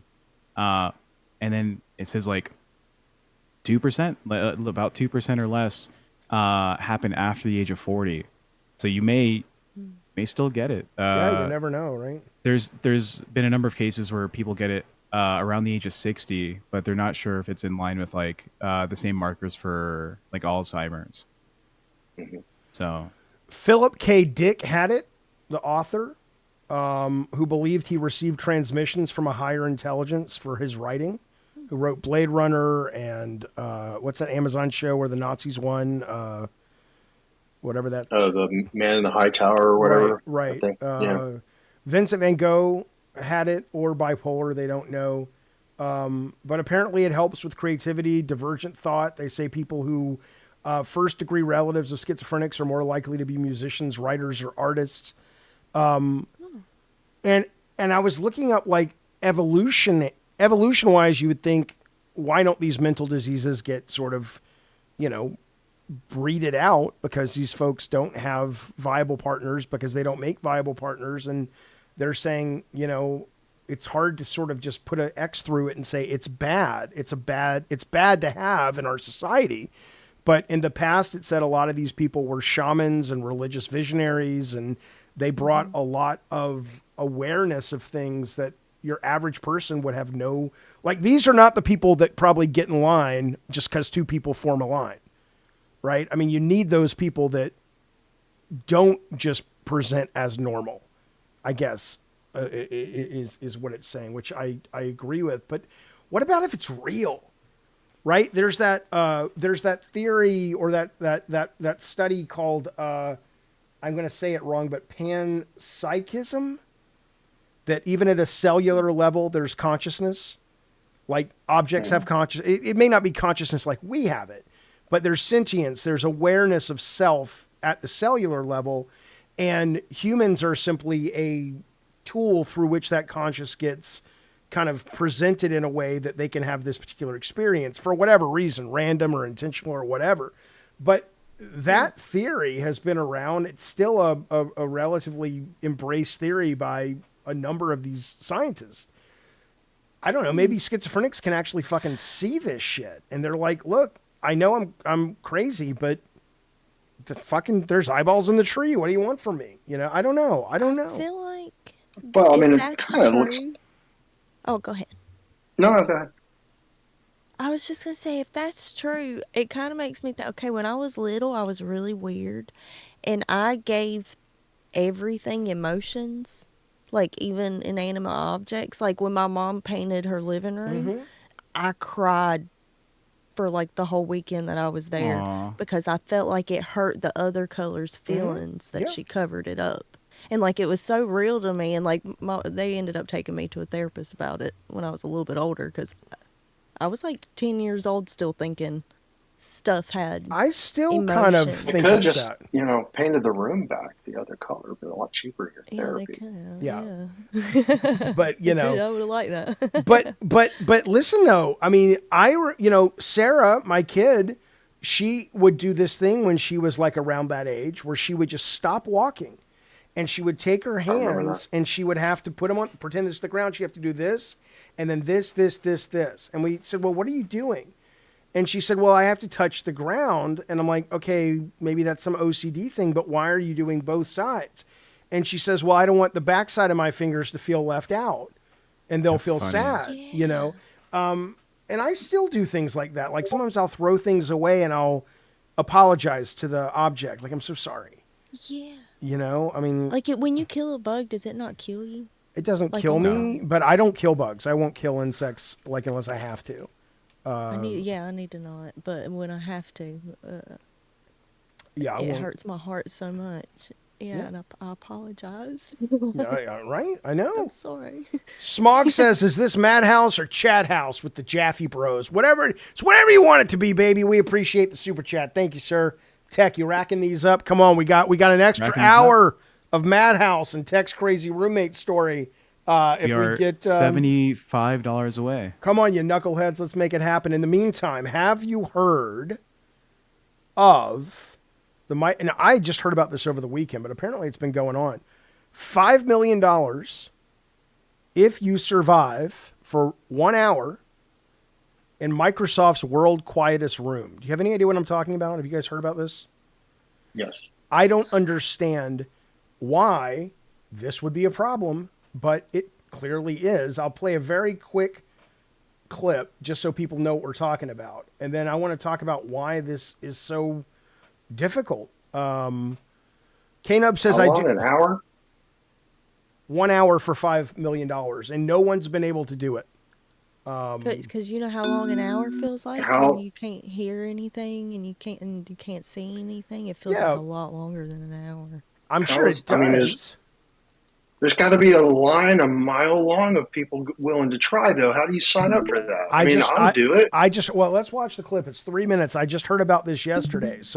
But K-Nubs, as it relates to the last story, says, I do a weird thing started a decade ago. When I say thank you to someone in public, I mutter, fuck you under my breath. That's probably, you're That's just good. an asshole. Just a thought. Just a thought. Okay, here we go. The quietest place on earth. Let's watch this clip.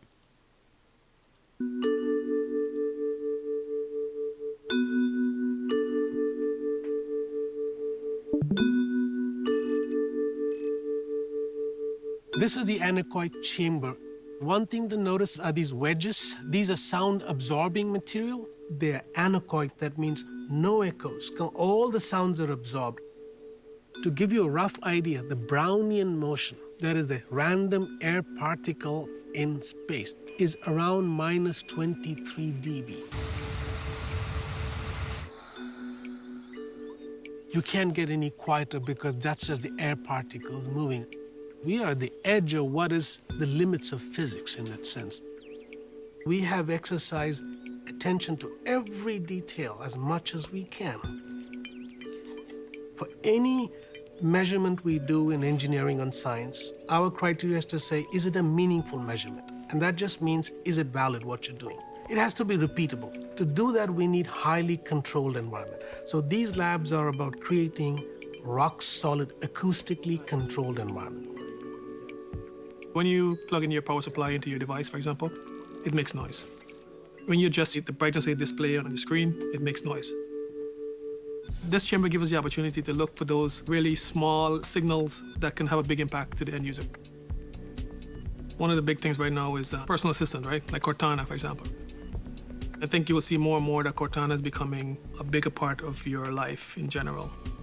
For that to work well, audio is very, very important. Audio on the microphone side. Hang on, I just want to make sure we're seeing the $5 million one though. There it is. Would you stay in this room for an hour to win $5 million?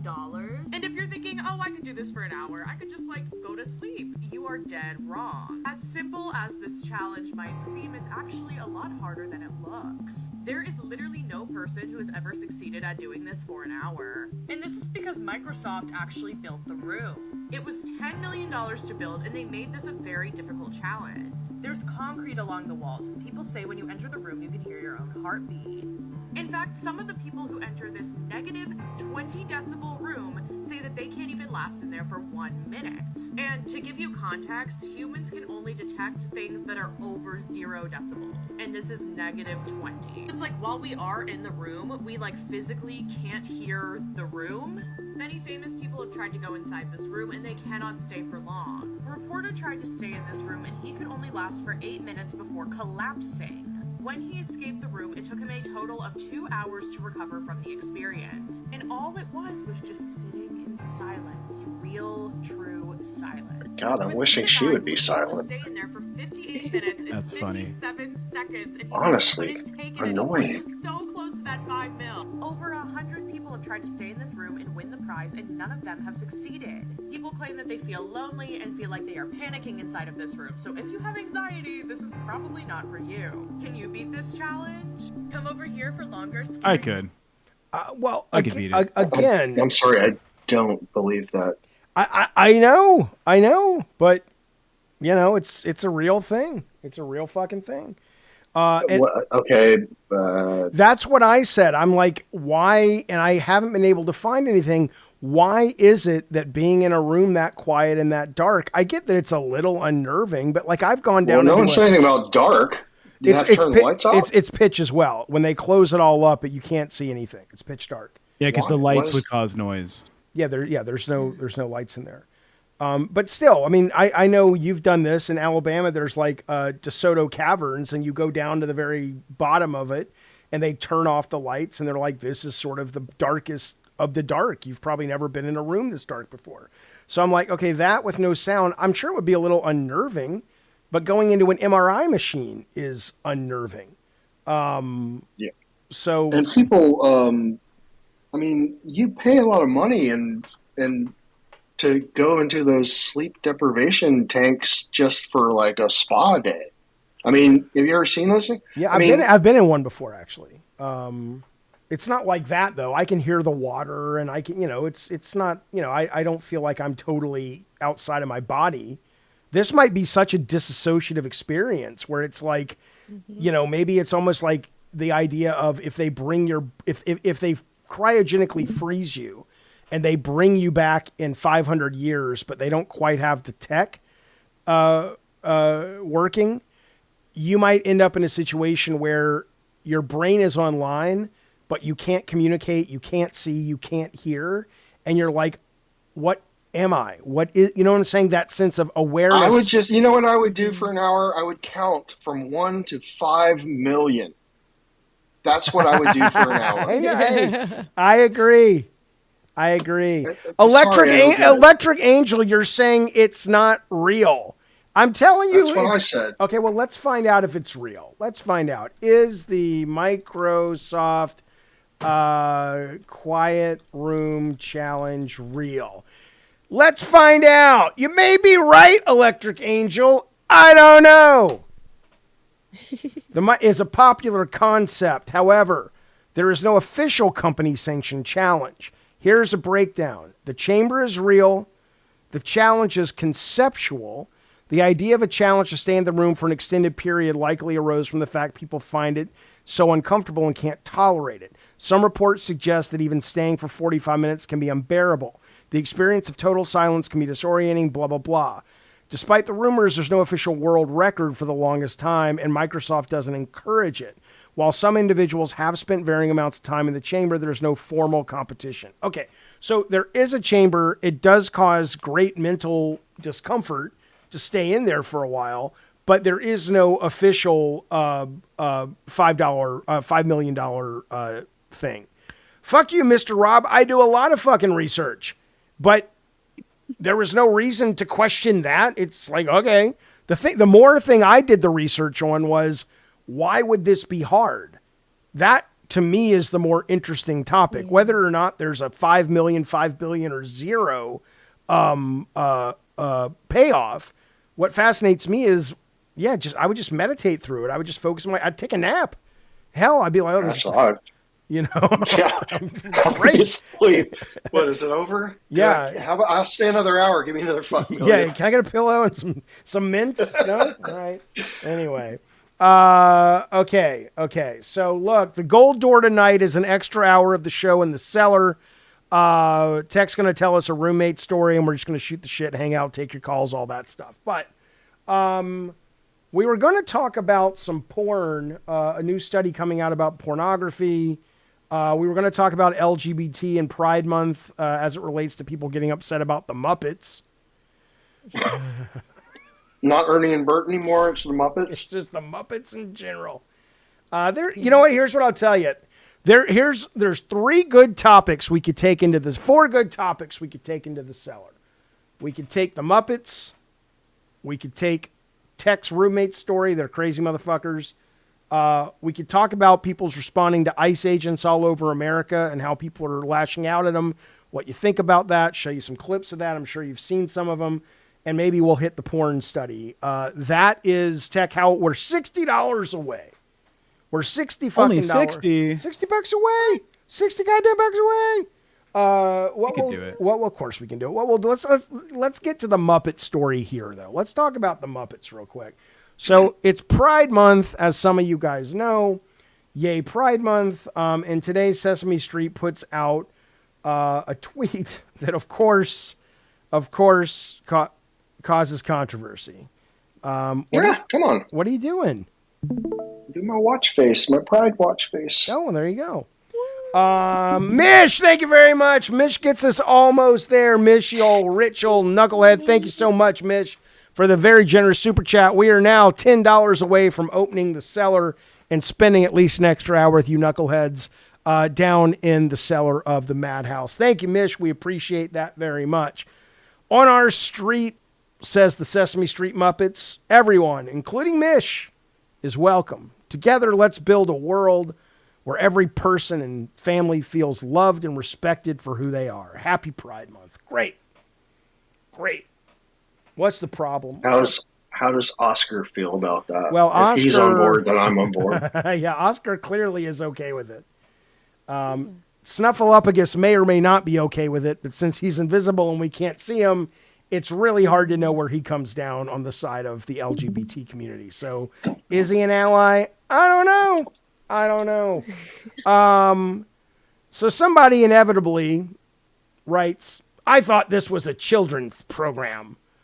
And then Morgan writes, exactly. You have to teach them at a young age it's okay to be accepting of everyone. The same guy writes back, as displayed in many pride parades around the world, these people can't be trusted in their motives. They can't be trusted in their motives. And then Mickey Russo, who's a buddy of mine from Twitter, he's always, pushing back on these idiots, says straight people literally and proudly take their kids to a business called Hooters in every town in America. Not anymore, but it used to be. I think it's shut down now. Where women dress like this and pose with kids. Now, Bunny, I know you worked at the Hooters. Yep. Is this a relatively common experience where they'll bring... lunch. What do you... talk about that for a moment, if you would. Because if this was drag queens or gay Hooters or whatever you wanted to make it, these folks would be up in arms. But this is not a rare anomaly, what we're looking at on our screen. This is pretty common. No, that's literally every single day. It's a family restaurant. Yeah.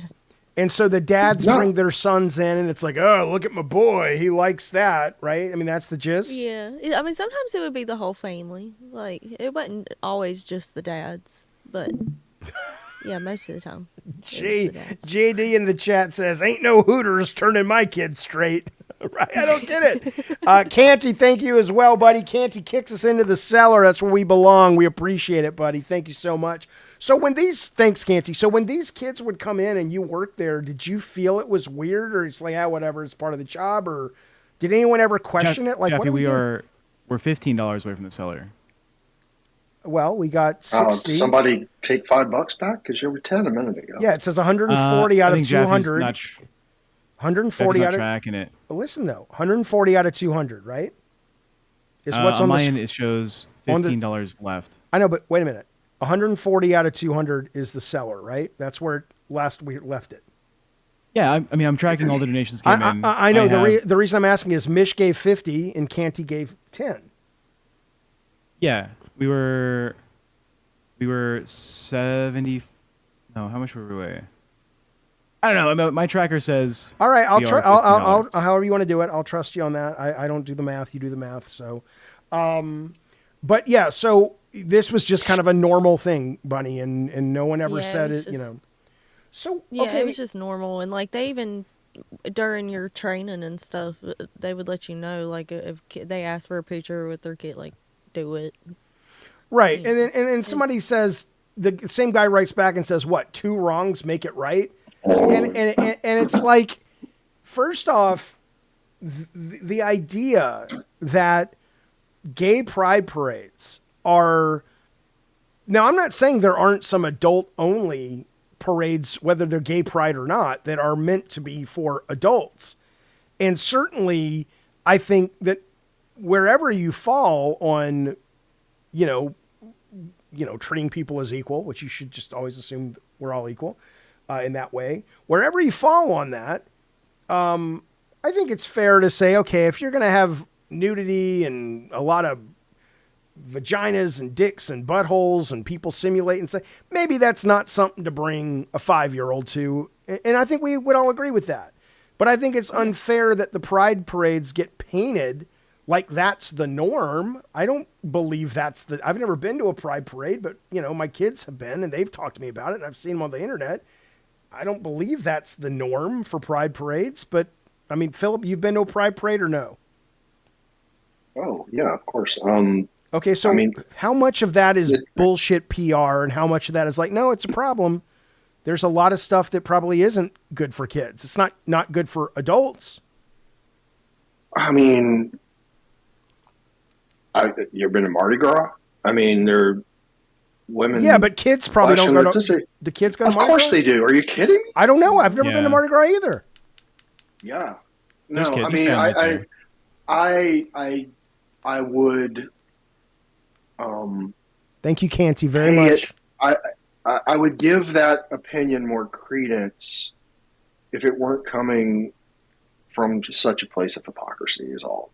It's like, yeah, absolutely. There are pride in West Hollywood is, a couple of threads short of, just a public orgy sometimes. Right. So you would agree that probably is not okay to let kids in. I'm not sure it's I personally don't appreciate it either. But on the other hand, it's a pushback against so much other stuff that it's saying, you know what, in your face for this weekend, we're just going to. Right. But that also is not the only thing that pride is. Of course not. Well, no, it's not even why pride exists to begin with, right? It's a celebration of it was a protest of the Stonewall Massacre, right? And then a celebration of we're still here, and we're not going to, that's the beginning of it, correct? I mean, yeah. I mean, if we're going to talk about Stonewall, I don't know if I'd call it a massacre. It was definitely a riot. Right. Some people, but yeah.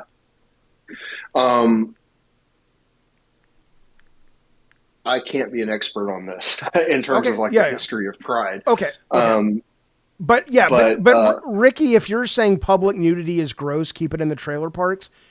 Sure. But I don't necessarily think it's gross, but sure. But like Philip says, then don't flash your tits at Mardi Gras either. Keep it fair and equitable, I guess, is what. And I think that's a fair. Yeah. I mean, if you are truly that concerned about children being exposed to that sort of thing, and that's legitimate, then, not every parade is, and not every party is meant for children either. right? But or don't take them to a fucking pride parade. Then don't take them to a pride parade. Exactly. Why are you going to the pride parade? If you're going to do that, then I think your point is, then you should have the same problem taking your kids to a Hooters. And by the way, I don't know if you've ever been to Bass Pro Shop, but if you go in there in the gun section, they've got rifles that are pink with little polka dots on them for girls and blue ones for little boys that you think are like little toy guns. No, they're fucking rifles. They're honest to God firearms that are decorated like toys. Are they really? For children. Yeah. If you're not aware of this, Jaffe, there's a whole section of firearms called like youth firearms, like a youth shotgun, like a 20 gauge, or like a youth 22 like rifle to go hunting with, or plinking. I mean, yeah, it's not a BB gun. It fires. A 22. Yeah, it'll 22. shoot a bullet that'll kill somebody. So, or them. Yeah. Well, here it is right here, by the way. Yeah, I mean, so it probably is just the hypocrisy, right? It's almost like Nicholson and A Few Good Men. I would rather you just said thank you and went on your way. It's like I'd rather you just say I don't like the gays, but don't insult everybody by trying to act like you're making an intellectual point. Just this one specifically is a toy that you're looking at, Jaffe. Is it? Yeah, the one you're looking at is the toy rifle. Oh, okay. But I promise you there are youth shotguns and youth rifles. I believe you. I believe you. Yeah, it's bullshit. Yeah. Yeah, whatever. It's toy. I get it. But no, I'll send you if I can find it while we're still on this topic. I'll send it to you, David. I took some pictures the last time I was there. But anyway, what are you saying, Bunny? My thing about the Twitter post, the Sesame Street Twitter post, it being posted on Twitter more tells me that was more for the adults, and they just kind of like failed. What do you mean? What do you mean? What do you mean? I mean, them posting it on Twitter. How many kids are really on Twitter? Like little kids that are watching Sesame Street. But their parents are the ones that saw it and got upset about it. And it's like maybe y'all need to learn that lesson more than the kids do. I'm just I just don't. And again, this goes back to, I support everyone. Everyone doesn't have to think how I think. Of course not. But there is a point where you're just like, how are we going to keep living with these people? Where why can't people just do what they want? Isn't that America? It's supposed to be. This guy, but to be fair to them, a lot of it is stuff that gets, they get sold lies in order to be manipulated, in order to spend their money and spend their votes. This one guy writes in, he says, Sesame Street promotes an ideology that grooms and indoctrinates kids. You don't need to promote degenerate behavior to teach kids to be kind to one another. It's like the fact that there's the problem, right? Degenerate behavior. I mean, exactly. Yeah. It's like, it's not degenerate to people that it's not degenerate to. And it doesn't even matter if it is. Your lifestyle is probably degenerate to someone else. It all comes back to this fear. It always has, that somehow these people think that someone can turn your kid gay or trans or whatever. And that they think they're doing the right thing for protecting their kids from this. But that's just not the way it works. And they won't, they just will not accept that truth. But is it because, now this may just be a mean thing to say, oh yeah, these are the real guns, Jesus Christ. Is it because, though, like, the only way you would really believe that someone can turn you gay or trans is if you're probably a little gay or trans. I mean, I hate to say it like that because it sounds like I'm trying to poke the bear, but it's like, look, I was raised with the same media that Philip was. We're very different when it comes to all that stuff. There was never a time, the only gay person we encountered, as I recall as kids, was Monroe on that sitcom Too Close for Comfort with Ted Knight. Remember him? Right. He was like the super flaming gay. And then Jack Ritter or whatever on Three's Company pretended to be gay so he could stay with the girls on Three's Company. But it wasn't like you were walking around going, you know what? That fucking Three's Company turned me gay. But that's why I'm saying I wonder if that mentality of don't expose kids to it. Why? You're not having sex with the kids, you perverts. We're talking about just accepting people are different. Okay, Smoke says the idea that children couldn't be impressionable by their two gay moms isn't too crazy. They can be they can be. Of course, they're going to be. They're going to make an impression on their kid, but it's not going to make an impression to make them like the same or opposite sex or be trans or whatever. That's got nothing to do with it. Yeah, I mean that is the whole ball wax right there. I mean, it is. That's why I've said many times, if you can get somebody to understand that it is, and it's so cliche now, but that it is not a choice, then every other argument that they have just falls apart. Well, Tiny Taco says, hold on now. Influence has the definition it has for a reason. Sure, but it doesn't mean that you can't influence somebody to like what they like. And it just any more than someone could do that to a straight person to turn them gay or turn a gay person straight. You just can't do it. Well, this is what the chat's pushing back on. And this is, also why would anybody want to? What possible reason would the gay community have for making more gays? As if I know it's like we're running out of gays, folks. Let's get some more gays in here. I mean, I don't listen. Here's what the chat says. Let's not pretend children cannot be pushed into it. Influencing is an industry. They cannot be. Their behavior might be coerced for a time, but you're never going to change somebody's nature. No. That's not, you might be able to make somebody behave a certain way. Certainly a lot of gay people have behaved straight for centuries, but that doesn't change their nature. That just changes what they do. So no, you can't do that. I'm sorry. Hollow Point says nobody needs to talk about their sexual preferences with my 10-year-old daughter. Groomers. No one. No one is. Where's your 10-year-old daughter right now? Right. The only thing. Yeah. Go ahead. No, I mean, is she watching the show? Right. Is she watching? I mean, tell her to go away. Then there a million channels. They believe, and I get it because you believe, I guess, what you watch, and it's in the best interest of certain politicians to make them believe these shock stories. And it's like, it's like if your 10-year-old daughter has a school teacher that is married to a woman, and she has a picture on her desk of her wife, and your daughter says, "Hey, who's that, Mrs. Whatever?" And she says, "Oh, that's my wife." I don't see a problem there. But I don't, it's as if, oh, go ahead.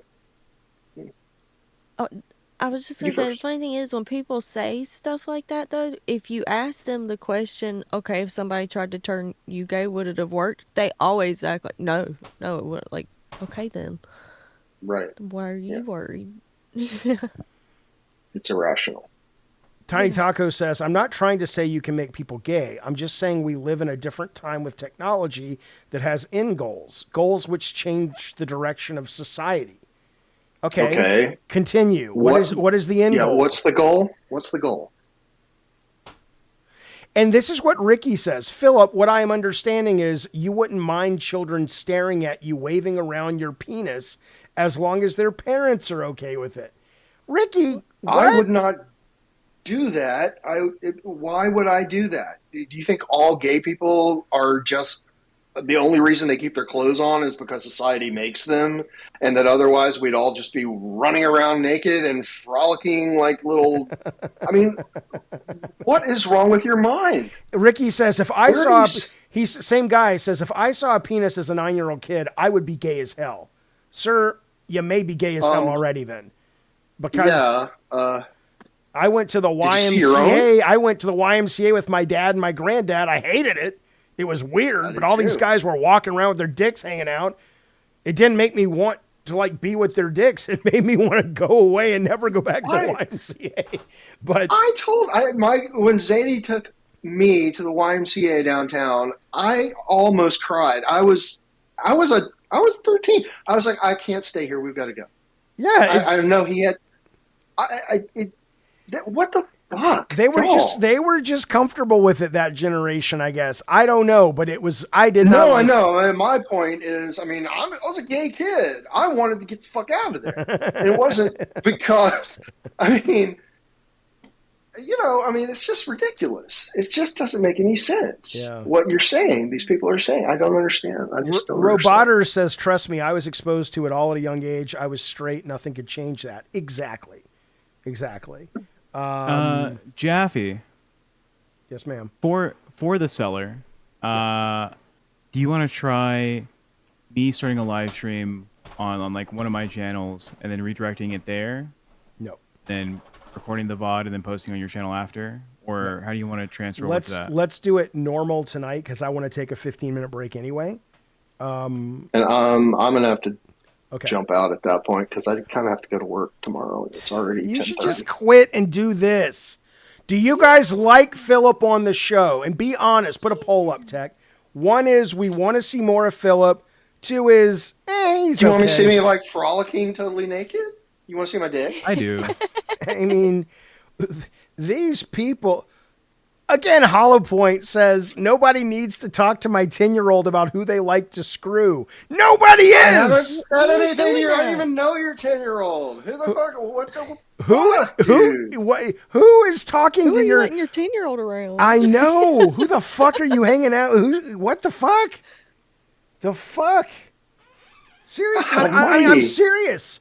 Hollow Point, who's talking to you, buddy? Who do you let babysit your 10-year-old? I'd be careful. Yeah. Is it that Mazer guy?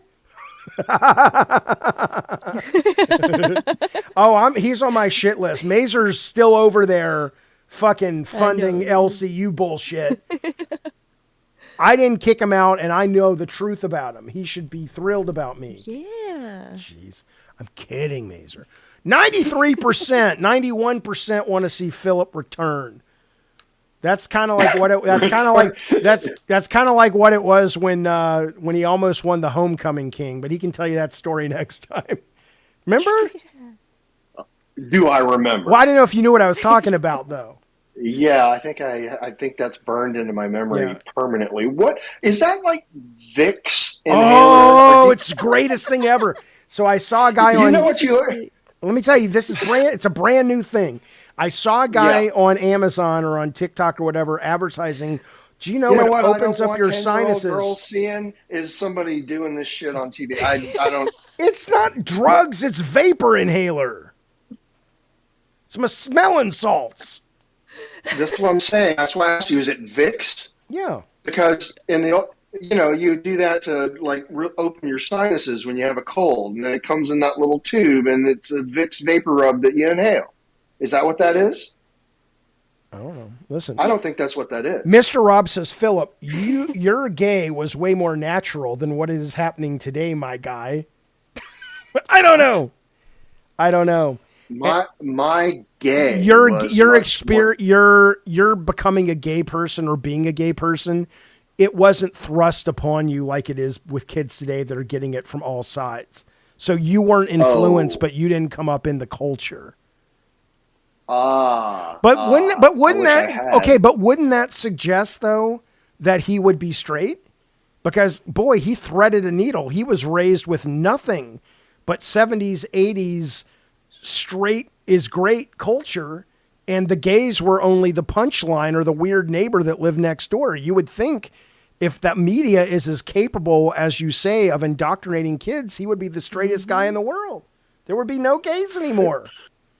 Again, it all comes back to the same point, which is some idea that exposure to this thought is somehow going to influence someone to change their nature. Daniel, our nephew in the chat says you're organic gay. Yeah. None of all those fruits and those preservatives. He's Yeah. Not farm raised. What is it? Free range. That's free right. range gay. Free range gay. Hollow Point says, I answered you 4 times. It's completely disingenuous. You're under the impression in the curriculum in Ontario, it is in the school curriculum. And what I'm asking you is, be specific. What do you mean is in the curriculum? Show me the curriculum, and then I will respond to it. But I am almost certain that they are not teaching 10-year-olds about women scissoring and how gay men have sex and how you should go cut off your penis and have bottom surgery if you are a trans woman. It may be in the curriculum to say, hey, we want our kids and our school districts to know that we are accepting of all people and how they come, race, creeds, color, sexual orientation. Nothing wrong with that curriculum. Is it true that gay people are more likely to be child predators? This is a genuine question. No. And here's the genuine answer: no. I think per capita, it's probably more likely that preachers are more likely to be child predators. Well, yeah. I think you would find the percentages of child predators to be the same, gay, straight, or otherwise. I think per capita, of course. I mean, no, I'm saying if you took the percentage, per capita, if you took the percentage of predators in the heterosexual population and the percentage of predators in the homosexual population, I think the numbers would be the same. Yeah. I don't think, because one is about his sexuality and the other is something totally not about sexuality. The fact that pedophilia has gotten marbled in with LGBT people, it's like they're... Oh, it always has. That's the go-to. Yeah, it's ridiculous. But Megan Fox has 3 sons. Each one is trans. So that's just a coincidence? I don't know, Hollow Point. I don't really know anything about it other than maybe what you see in the media. I couldn't tell you.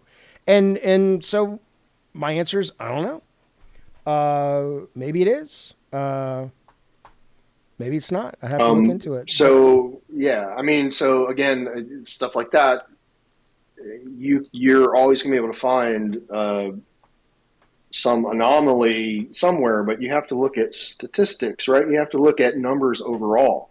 You can't go point to one particular, because it may just very well be that that's just how the dice were rolled for Megan and her kids. That doesn't mean, you would have to have a lot more data than that one data point in order to make the point you're trying to make. Yeah, and you would, yes. And the fact that it's Megan Fox probably also plays into it. I mean, it's hard to really say what her own personal agenda is to stay on the cover of magazines. There's a whole bunch there that you would have to unpack before you could actually use that as a valid statistic. Now, if you were suggesting that it was somebody we'd never heard of, okay, that might be a little bit more interesting, but I've never heard of such things. So anyway, all right, so here's what we're going to do. So Philip, they want you to come back, so you have to come back. 92% wanted to see Moria. 70% don't like the gays. They don't like them. No, that's, oh well. That's progress, though. I'm not here representing the gays. I'm just here. Well, you're wearing that shirt, aren't you? I'm representing Obama Biden from that's right. Way back when. Right. No, I know. Okay. Anyway, do with that what you will. Well, thanks for coming on, Philip. We'll see you tomorrow. We'll talk to you later. All right. So let's do this, you guys. So Ricky says, I don't care for the gays. I just don't like dicks waving in my face. Where do you live that this happens? when did this become an infestation of, I'd like to go to the store to get some ice cream for my kids, but all the dicks keep hitting me when I walk outside. Where do you live that all the dicks are in your face? Goodness. Anyway. All right. Jaffe. Yeah, what's going on? So you want to do the cellar, right? But you want to take a break, right? I would like to take a 10-minute break. Sure. Yep. Because what I can do is I can schedule a stream on your channel at 9, so you can take a 30-minute break, or if you want to do 8:45 or whatever, so you can walk the dog. Yeah, let's say 8:45. 8:45 is good. I can start a stream. Me and Bunny can just sit here and talk for the time, and then I can redirect it back to your channel if you like. However you want to do it, I just want to make sure that we are streaming on YouTube the Discord, because I still want people on YouTube who aren't part of the Discord, if they will, and right. I want it presented as a new stream. A new stream, yeah. I'm getting that set up right now. Public, and then you sure 8:45 or do you want 9?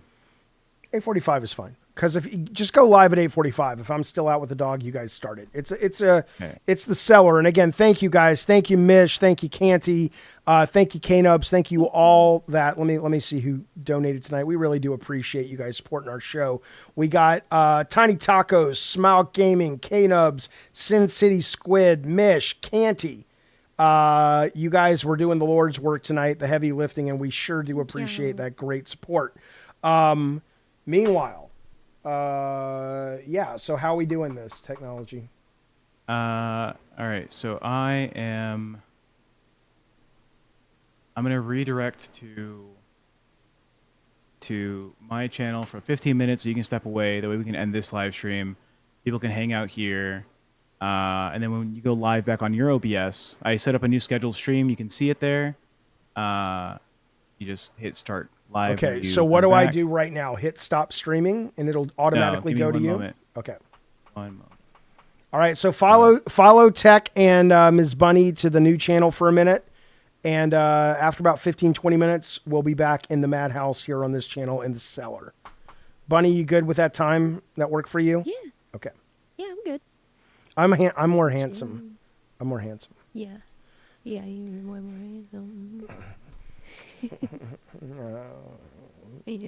You are funnier, Jaffe. Goddamn right. You goddamn right. I see it now. I see it side by side. Yeah. He don't like these. He don't like these. I know. That's crazy. All right, Gascroy, good to see you. We'll see you soon, buddy. All channels can redirect, save. That's been saved. This is set up. I can't wait to show you guys tomorrow on Gabbin' and Games. This game I'm playing. It's really fun. It's really fun. Edit. Add. Save. Okay. Should be set up. It's not the fishing one. No, it's a pretty epic big game. But it's not AAA. It's AAA ambition and size with AA budget, but it's sitting at over an 80% on Metacritic. So it's pretty fucking cool. All right.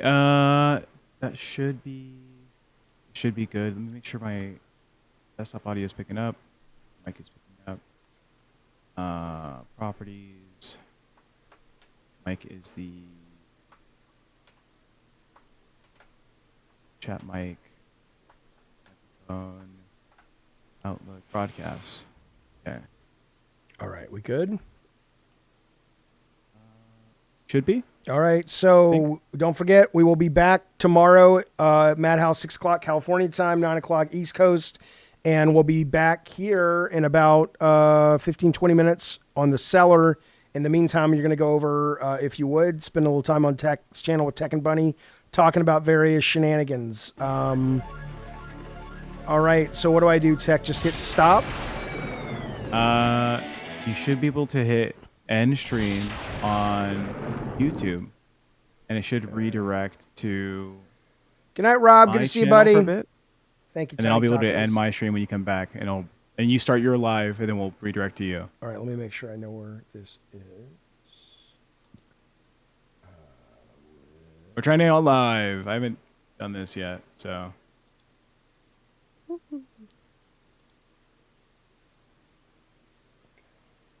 sec, you guys. Let's see. Going on a trip, Nemo.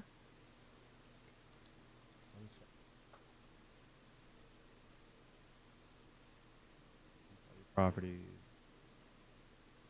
Off. Okay. All right, let me end stream. End auto.